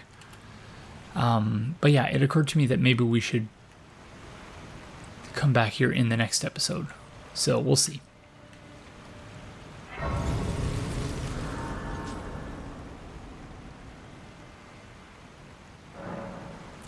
Noxtella. Oh, what the? Oh. Okay, that's a new option. Obviously, we picked up the miniature Ronnie when we came here.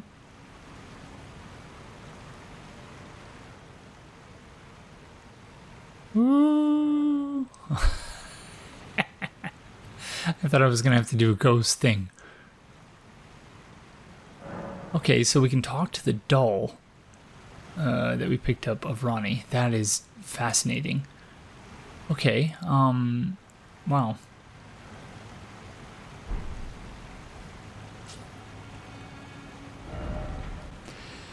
So that is another thing I'd like to talk about. So Renna, I think that was the name that Ronnie gave us when we first met her in the game. I can't remember, and it's seemingly a mix of her name and her mom's name. Oh, okay, that's another thing we should do. We should also go talk to Renala as well. Yeah, or it's a straight up short version of Renala.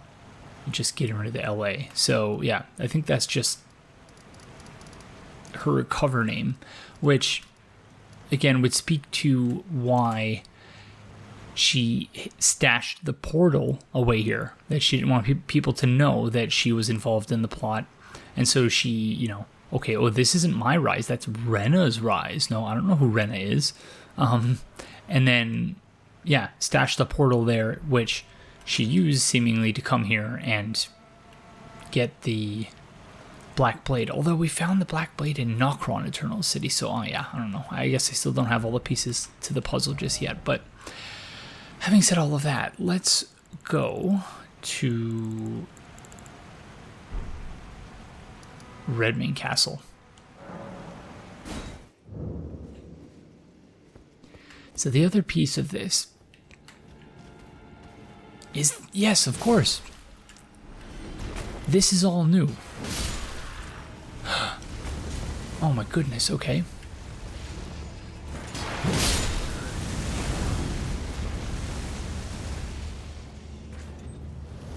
Okay, so maybe we should, instead of approaching it from here. So when we were here last, I suspected, like, hey, there are all these bloodstains here, and yet this is an area in which you can't actually... Oh, and all the doors are open too. Okay. Okay, so the question is, do we want to start from outside? I think we might want to. Let's see what happens if we do that.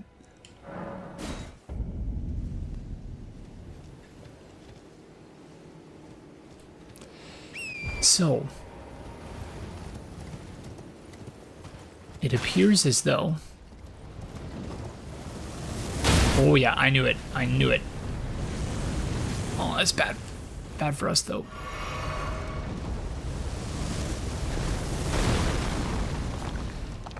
So, Millicent. Is Millicent millennia. So that's the other thing I have in my notes here. That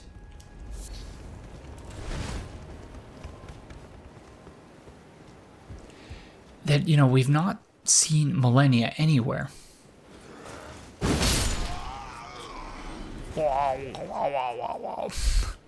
We've not seen millennia anywhere. You know, I don't think any of these friends were here either. Not seen millennia anywhere. The closest thing we've seen is this person named Millicent. You know, and I guess they start with the same letter. They're not necessarily the same, obviously, but millennia is said to have been the person to have defeated Radahn, and yet, you know, we've not seen. Okay, so, you know, I'm trying to thinking back to the announcement trailer. So that image of Radahn being face down by the person who looks like Millicent is popping an arm into her socket. So are we led to believe then? Nice ballista you got there, friend. Too bad you were a bit late with it. So are we led to believe that thing we saw, that was before the events of the game? So that was when Radahn was initially defeated, so, but not killed maybe, but defeated. My giant friend, I'm sorry. Ouch. Wow. Oh, dreadful, Aegon, dreadful. Oh, I'm missing left, right, and center. First serious fight of the day I usually struggle with. Oh, ooh, dodged just in time.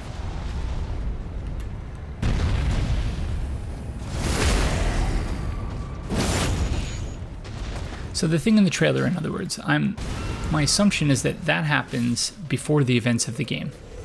That she put down Radahn, as in like defeated him, and then he was exiled to the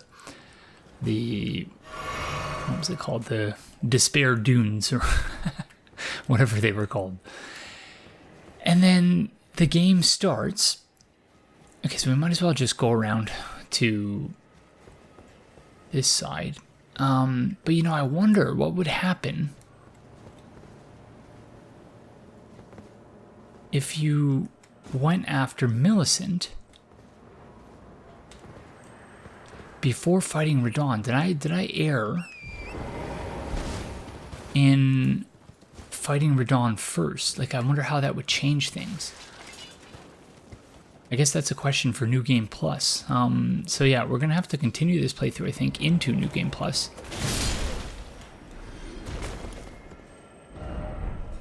So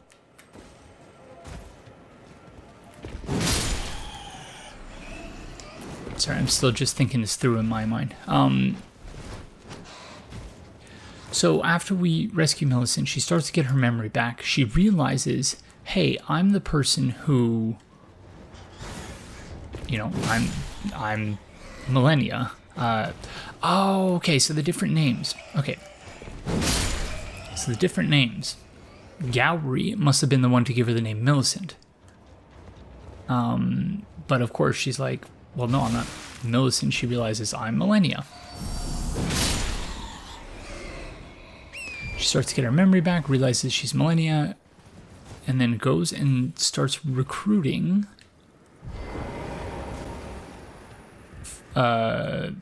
soldiers to her cause. So, in other words, I guess this was kind of pointless. Like, it did show us that whereas before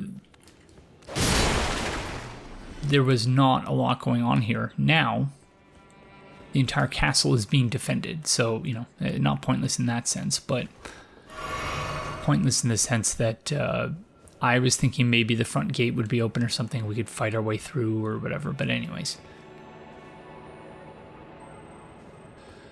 So, yeah, so it seems what happened is Millicent regained her memory, This friend is new, I think.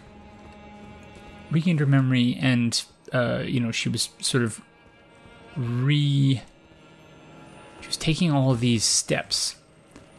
She went to go see Gowry because she remembered, okay, this is the guy who sort of nursed me back to health after he found me in the swamp. But then, you know, eventually found her way over to Redmane Castle, where, of course, she has...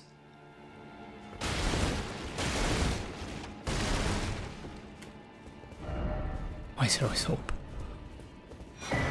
Armor's Cookbook level 4. So found her way over to the castle here, where she's sort of raised an army at her side to do what? I'm not sure. A record of crafting techniques left by an armorer who served the great General Radon. Contains knowledge of dealing with rot, the application of fire in particular. Acquire the knowledge to craft the following: Redmane Fire Pot. Throw at enemies to inflict heavy fire damage. Even today, the survivors of Radon's battalion employ fire to stave off the scarlet rot. Okay, so I'm thinking about the allegiances of the various different soldiers involved, because it seems to me anyway that the soldiers we've been fighting up to this point are not soldiers we would describe as the Cleanrot Knights. The Cleanrot Knights have their own sort of fancy armor and weaponry and whatnot that we saw in the what was it called? The War Dead Catacombs.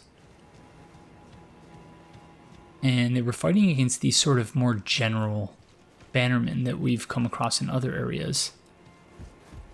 So, you know, it's the same bannerman, but the banner changes, essentially. Golden Rune level 6, I think we missed that last time.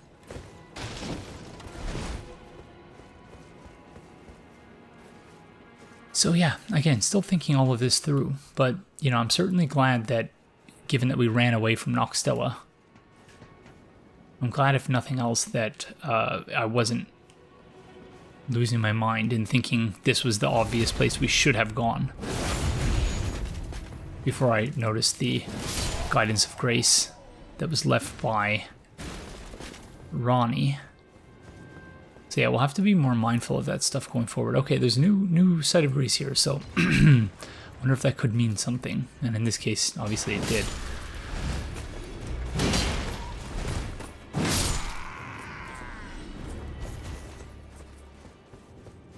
But yeah, it's interesting because, and this is something I really liked about Sekiro as well, is that, you know, not that the way I was going to phrase it would make it sound bad, which is that they reused a lot of areas, but it's not so much reusing an area as it is showing that, you know, you don't just have a place where one thing happens and one thing only.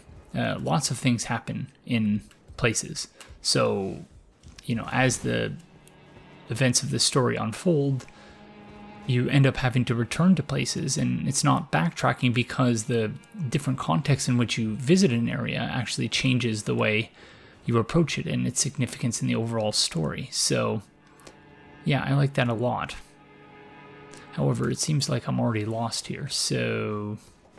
Oh, there's the pumpkin-headed friend. Thought I heard one such friend.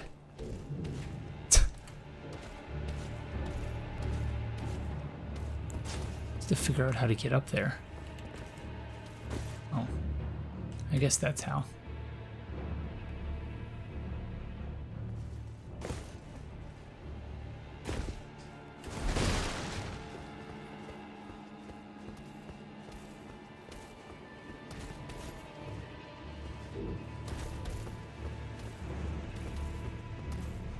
Oh, probably should not have aggroed him before going up there.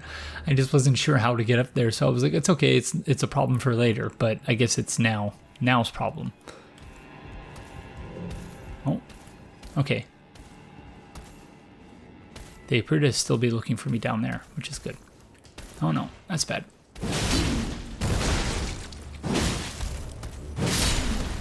Whew. Thankfully, we're still over leveled, so Flamberge. Oh. It's an oldie but a goodie. Greatsword featuring a flame-like undulation. Shreds enemy flesh, inducing blood loss. Scarlet Rot is kept at bay with flame at Redmane Castle, and as such, this beloved sword of Jaren's eventually became the symbol of the castle itself. Cool.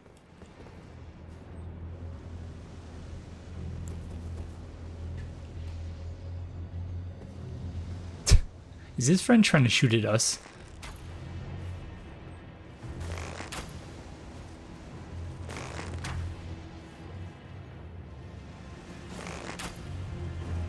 Gosh darn it.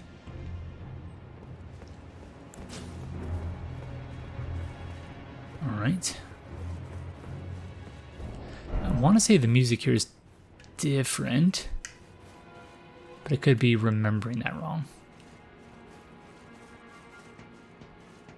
So yeah, it's interesting. The whole idea that, you know, we're doing this quest, we're helping, you know, this seemingly innocent person, Millicent, even though she invaded us, so we obviously knew something was going on.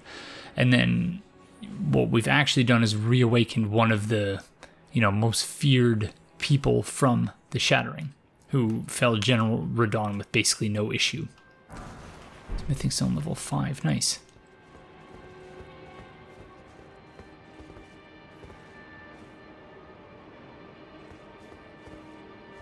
So we still have no idea what's going on with all these shipwrecks. Try to see if we can see anything else in the distance, but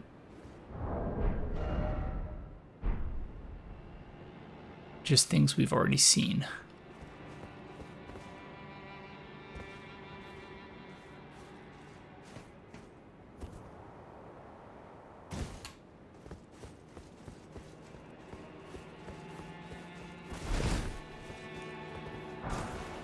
Smithing Stone level 3.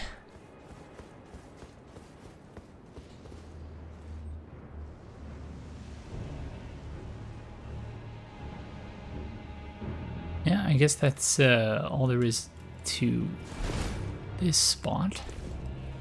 This is where we entered with all the sleeping friends, I think. Oh no, that's where the ladder is. Never mind.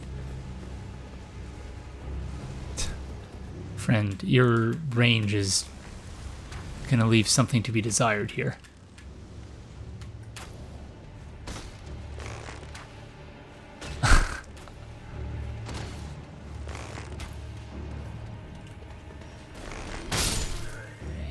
Sorry.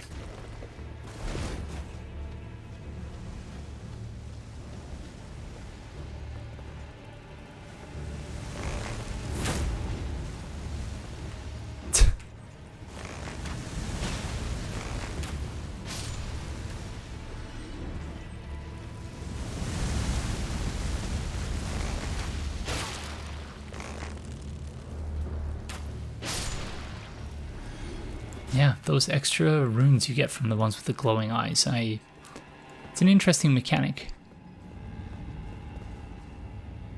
I feel like it's almost like if in Dark Souls enemies, you know, if you weren't Gravelorded or anything, enemies would just randomly show up as black phantoms.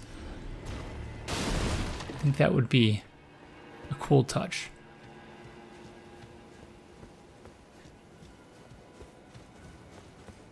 This is where we fought those wolves.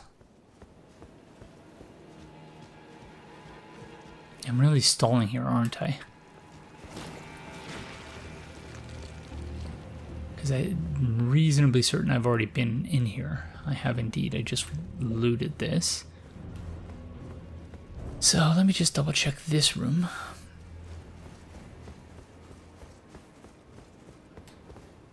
Yes, I have been in here.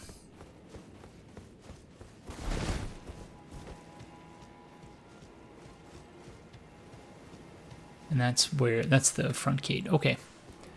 I have my bearings now.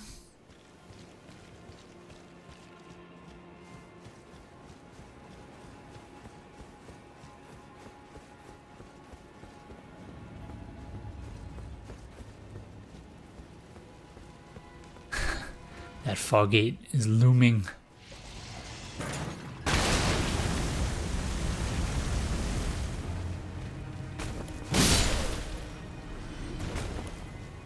But there, I think, is one more door we need to check.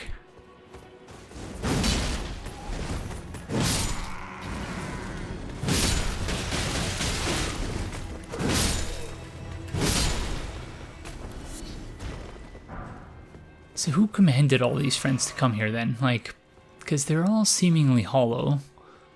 So it's interesting to me that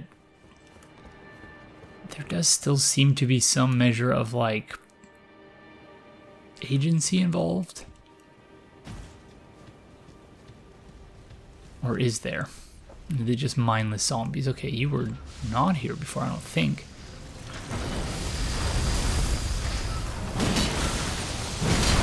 Oh, that hurts. Or is going to hurt. I guess it could have been worse.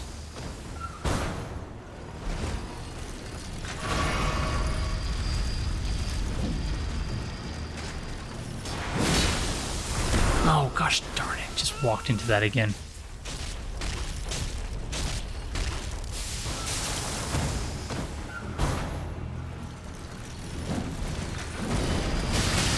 Oh, that's bad.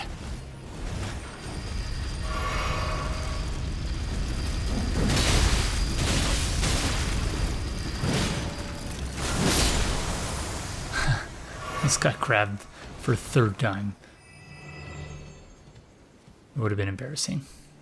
Okay, I think this is the last thing before we can proceed to the fog gate. Smithing stone level 2, very nice. Red hot wet blade. Red hot wet blade with a cipher engraved can be used as a whetstone knife. When applying an affinity using physical or flame type ashes of war, an additional affinity of flame or flame art or fire, or flame art can be chosen. So yeah, the possibilities in terms of builds in this game appear to be just limitless. Or seemingly limitless, because I don't think it could actually be limitless, mathematically speaking. But there are so many variables involved, especially given that you can sort of take ashes, which do one thing, and put them on a different weapon, and the only restriction is by weapon type. Like, it's pretty amazing the amount of variety you can have.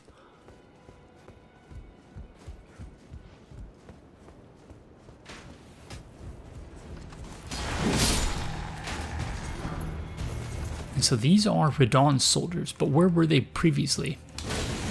No, dreadful Aegon.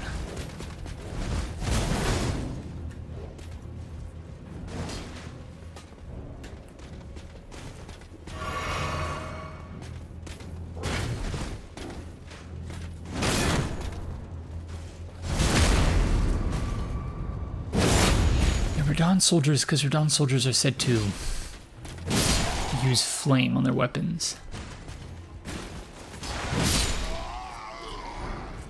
Unless they all came here because they realized that Millennia was here.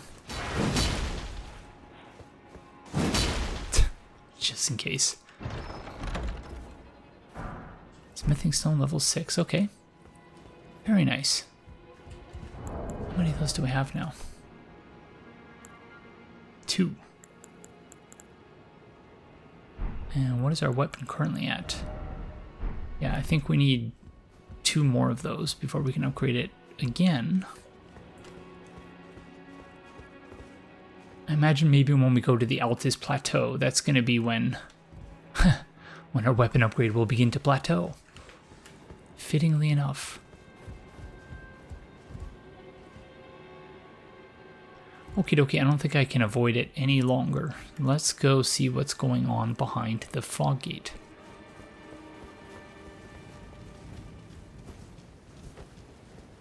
We might want to rest first though, because obviously the fog gate is right here.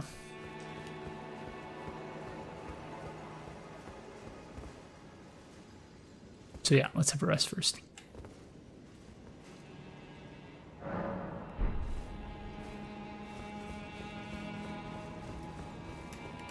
Alrighty. Let us see what we have equipped. Maybe we should pop a rune arc as well.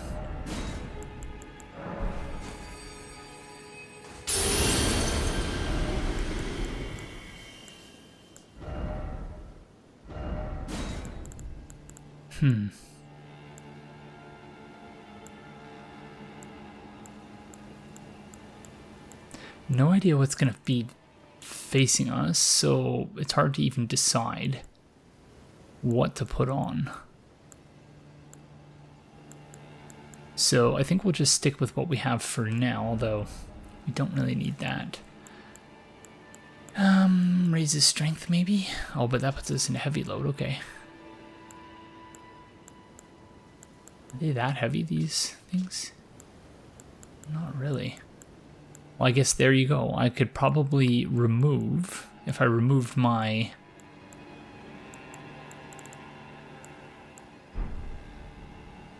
If I remove the cape, I probably would not be in heavy load territory. So that's a demonstration of the weight reduction potential there. Yeah, again, I'm stalling, I think. Maybe I'll just... Oh, even that puts us in heavy load. Okay, whatever. We'll just leave it for now.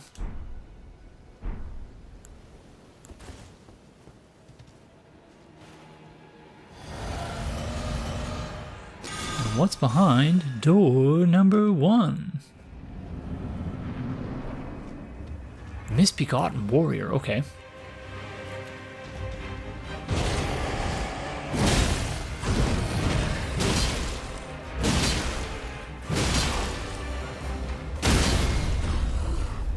Okay.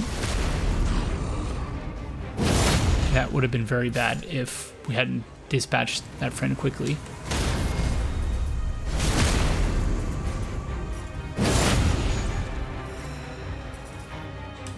Oh, that was terrible.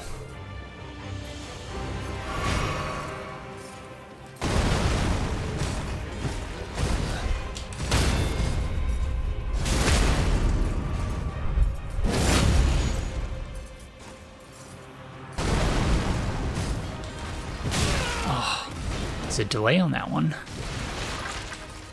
No. I've still not. Can you just not parry that one, or have I just not got the timing right?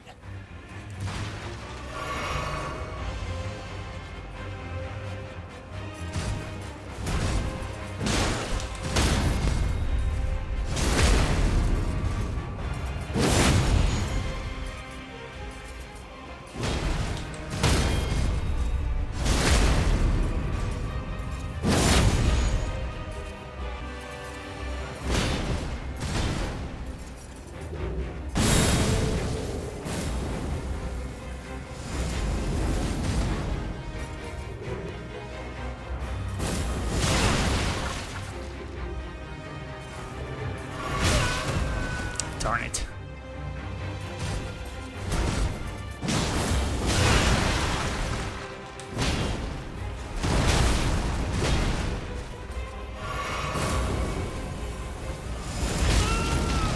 So why was a Misbegotten Warrior and why are these two fighting together? Unless this is just a gauntlet and that we're just meant to take out many friends at once.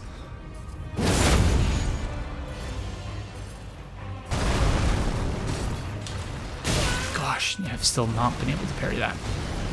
I don't know if you can parry it, so maybe we'll just stick to the ones we know we can parry.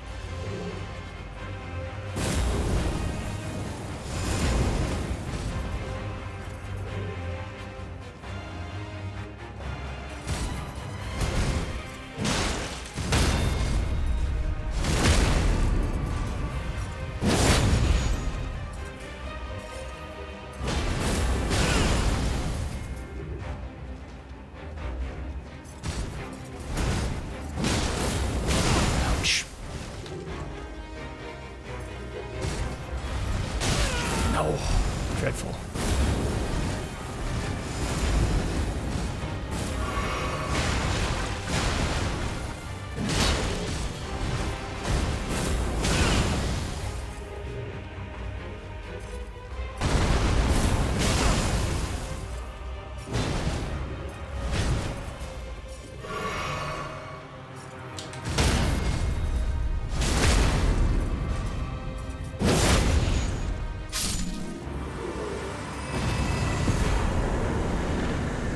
Whew, that was intense. I was expecting that another boss was going to hop down and then we were just going to have to deal with one after the other there, so I'm glad it ended after just 2. Ruin's Greatsword, originally rubble from a ruin which fell from the sky. This surviving fragment was honed into a weapon, one of the legendary armaments. The ruin it came from crumbled when struck by a meteorite. As such, this weapon harbors its destructive power. Wave of destruction. Raise the sword up high, then strike it against the ground to fire off a wave of gravitational force. Oh, so those things I was questioning earlier in Dragonbarrow, saying like, what the heck, these, you know, did they just build these here? These appear to be ruins, but like there's fossilized remains in them.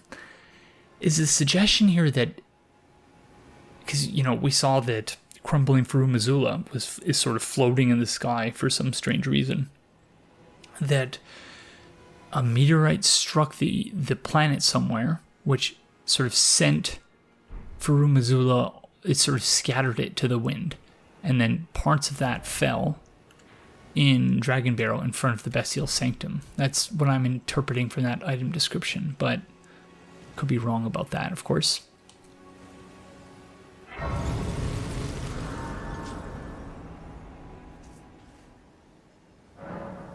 Redmane Castle Plaza. So what was the other one then? Oh, a chamber outside the plaza.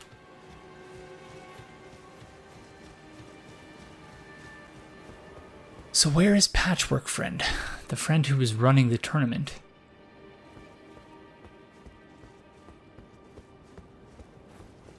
Okay, yeah, we can't attack anything here, so...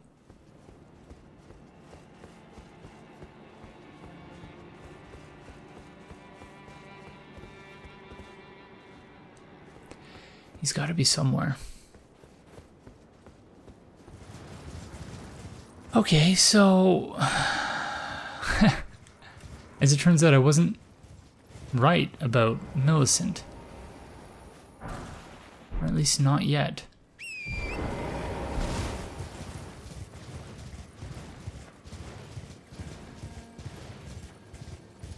May yet be more stuff happening here.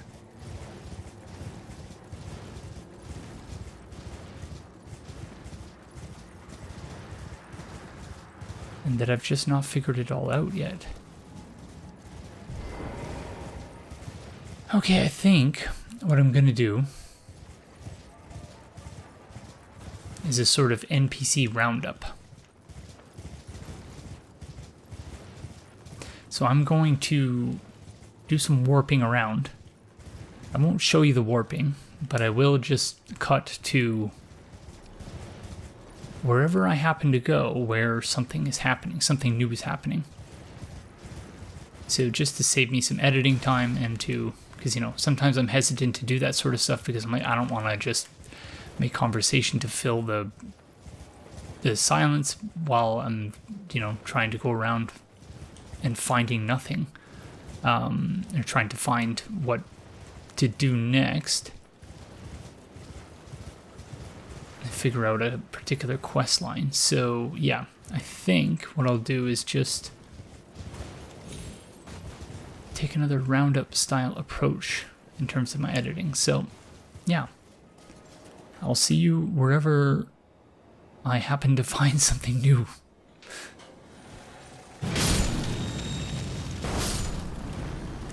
Ash of War, Sacred Ring of Light. Just gonna get away from this mosquito. Oh, gosh darn it. Leave me alone.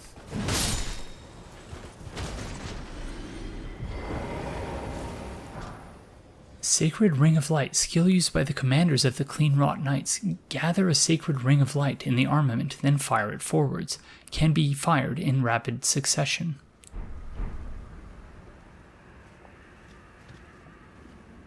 So, yeah, I thought that it would be a good idea to check the swamp.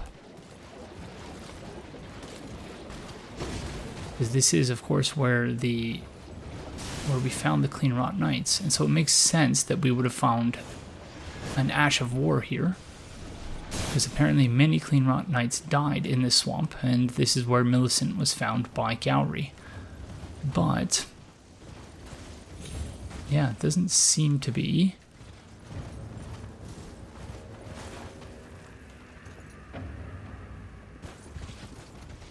Millicent doesn't seem to be anywhere here. So on to the next location, I suppose.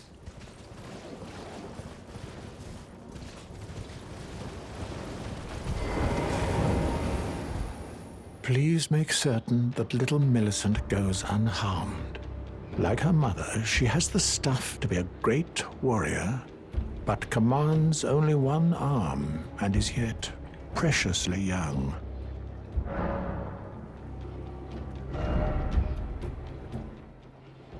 Yeah, I don't know if that's new dialogue or not, but we might as well purchase all of his sorceries to see whether that changes anything. Ah, welcome, welcome. How may I help?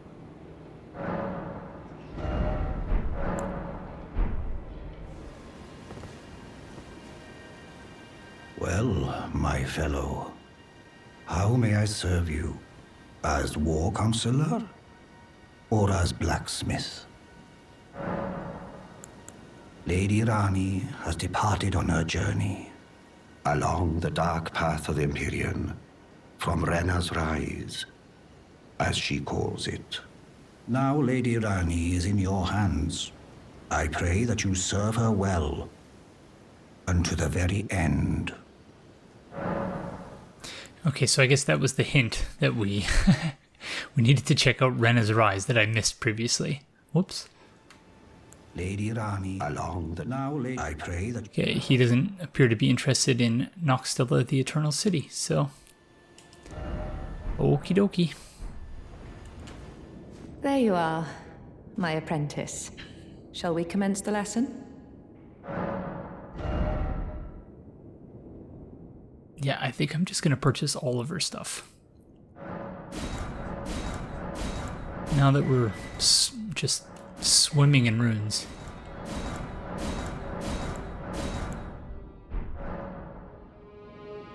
Your appetite for learning is impressive. You make me proud. To have grown little legs so readily. You must have a fabulous nature. Indeed.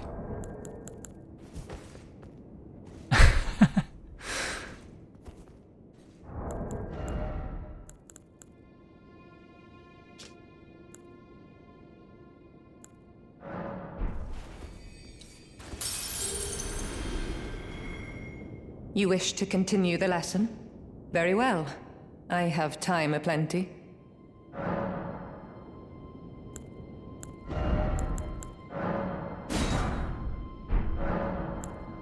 Our art draws upon the powers embedded in Glintstone. But what is the nature of such power? Glintstone is the amber of the cosmos.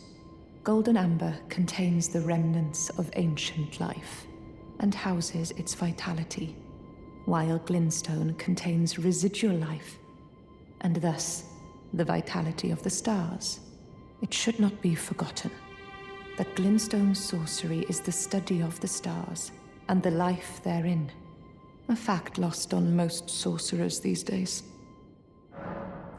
Interesting.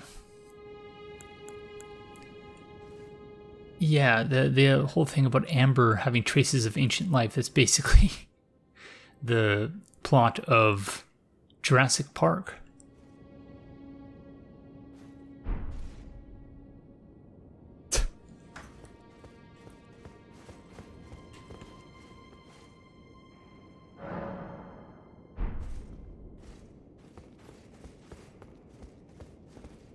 There you are, my apprentice. Shall we commence the lesson? Okay, so that's it for her, I guess. That's all we get.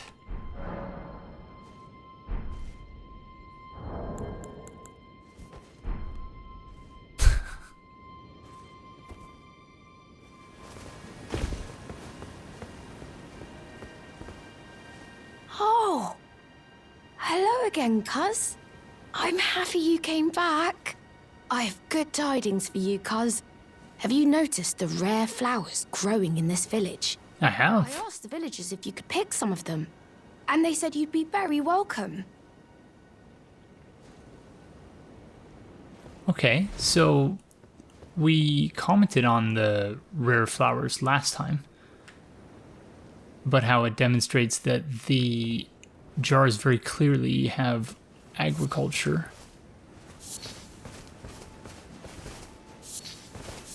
I don't know if the flowers have changed though. I feel like there were a ton of flowers here already. Go on, Kaz. You really should pick some of our flowers. Who knows? They might be of some use.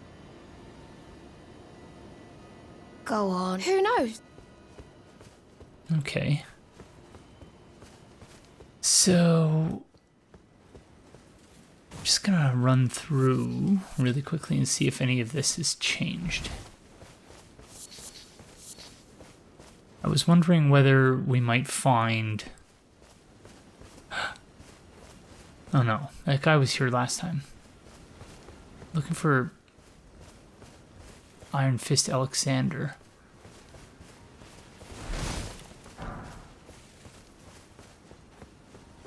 He does not appear to be here though. And yeah, I guess his hands wouldn't be slick slidey enough. Certainly not after shoving ashes in his jar from the Despair Dunes. I think I'm just going to keep calling it that because the alliteration makes it a lot easier to remember the name.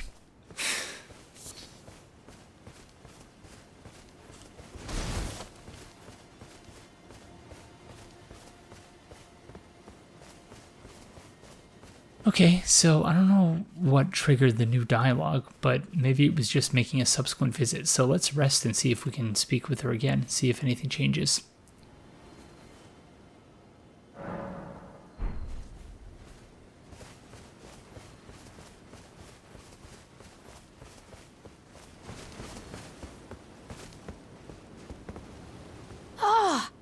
Hello again. Say, Cuz, have you met Uncle Alexander? He used to live here with us, but then he left to be a champion. I asked to go with him, but he said, the path of champions must be trod alone. So heroic, right? I miss him, though. If you see him, you should ask him to teach you how to fight, Cuz.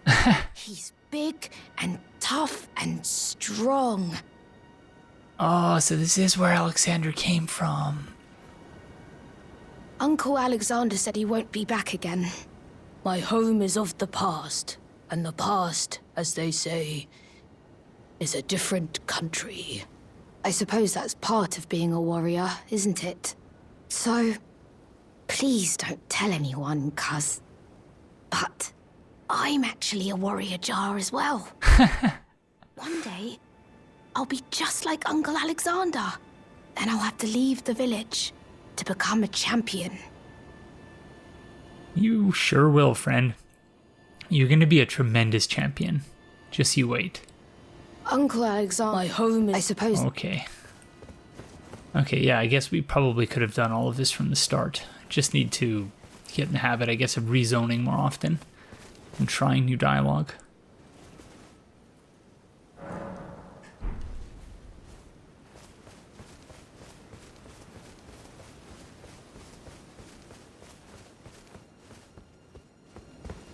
Ah, hello again. Do you know what a poacher is, Cuz? They hunt us, smash us, and then take us away. This village is kept secret, so I think we're safe here. But you should be careful if you ever meet one of them, Cuz. I hope Uncle Alexander beats them all first. Those awful poachers. I hope Uncle Alexander beats them all up. Oh no, please tell me this isn't going to end the way I think it's going to end.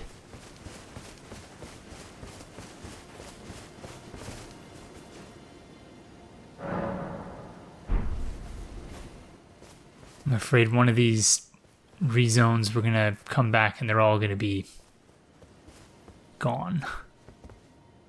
Those awful Oh, okay. Okay. That seems to be where we're leaving it.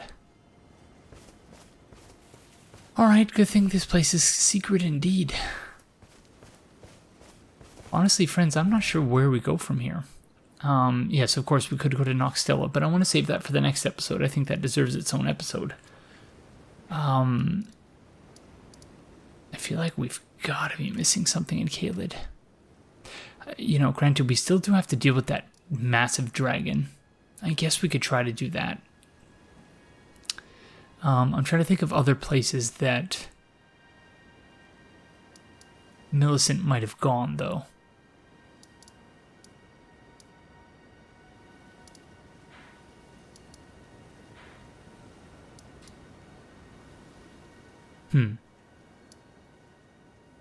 Unless we're just going to see Millicent somewhere else. I went to the Round Table Hold thinking that we would find her there, potentially, but yeah, no luck.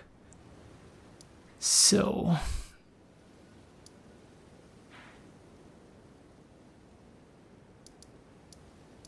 let's see, maybe she's at Fort Faroth.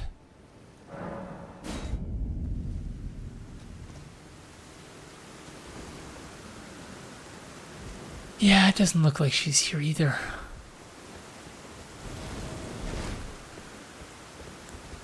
Okay, do we want to...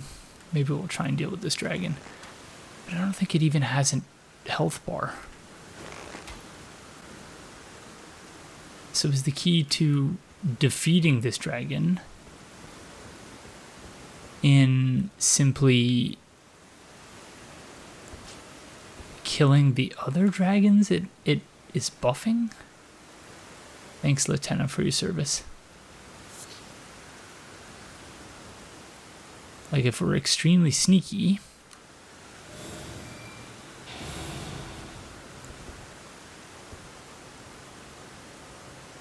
you can't even hop on the dragon's back or anything. I was thinking... oh, it does have a health bar. Oh my gosh, massive amounts of HP though.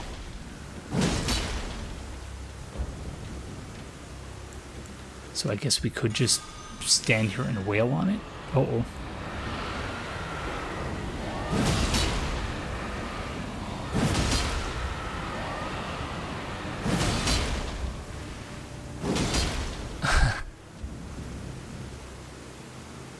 Thankfully, they don't seem to know where we are.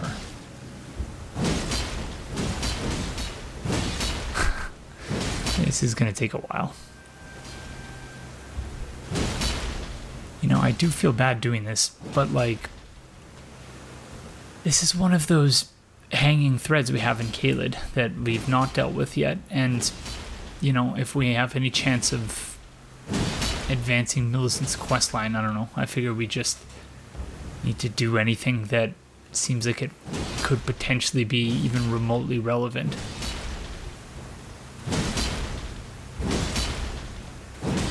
Gosh, I really would like for this buff to end, or debuff I should say, so that we can have our full attack power back, because this, yeah, this is going to take eons. No, as soon as it ended, they debuffed us again.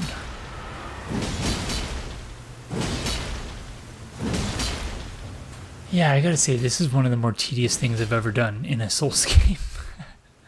Maybe that's an indication that this is not something I'm supposed to be doing. But yeah. Pretty tedious.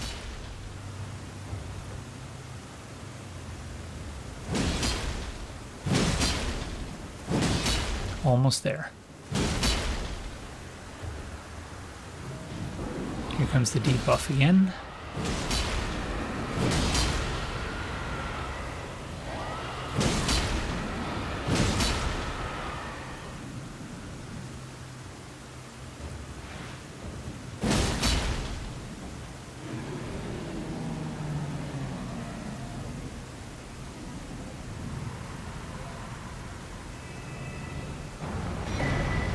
Rip, dragon friend, I'm sorry.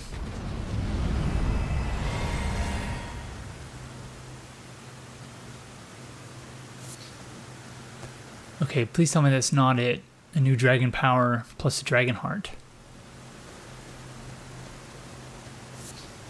It's Did all the other dragons die too?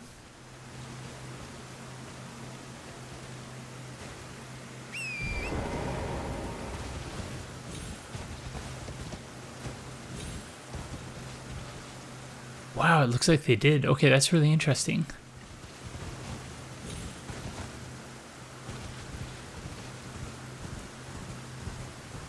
So they were linked together in some... Their life forces or something were linked together. Although there are still dragons here, but the dragons that were surrounding it are now gone.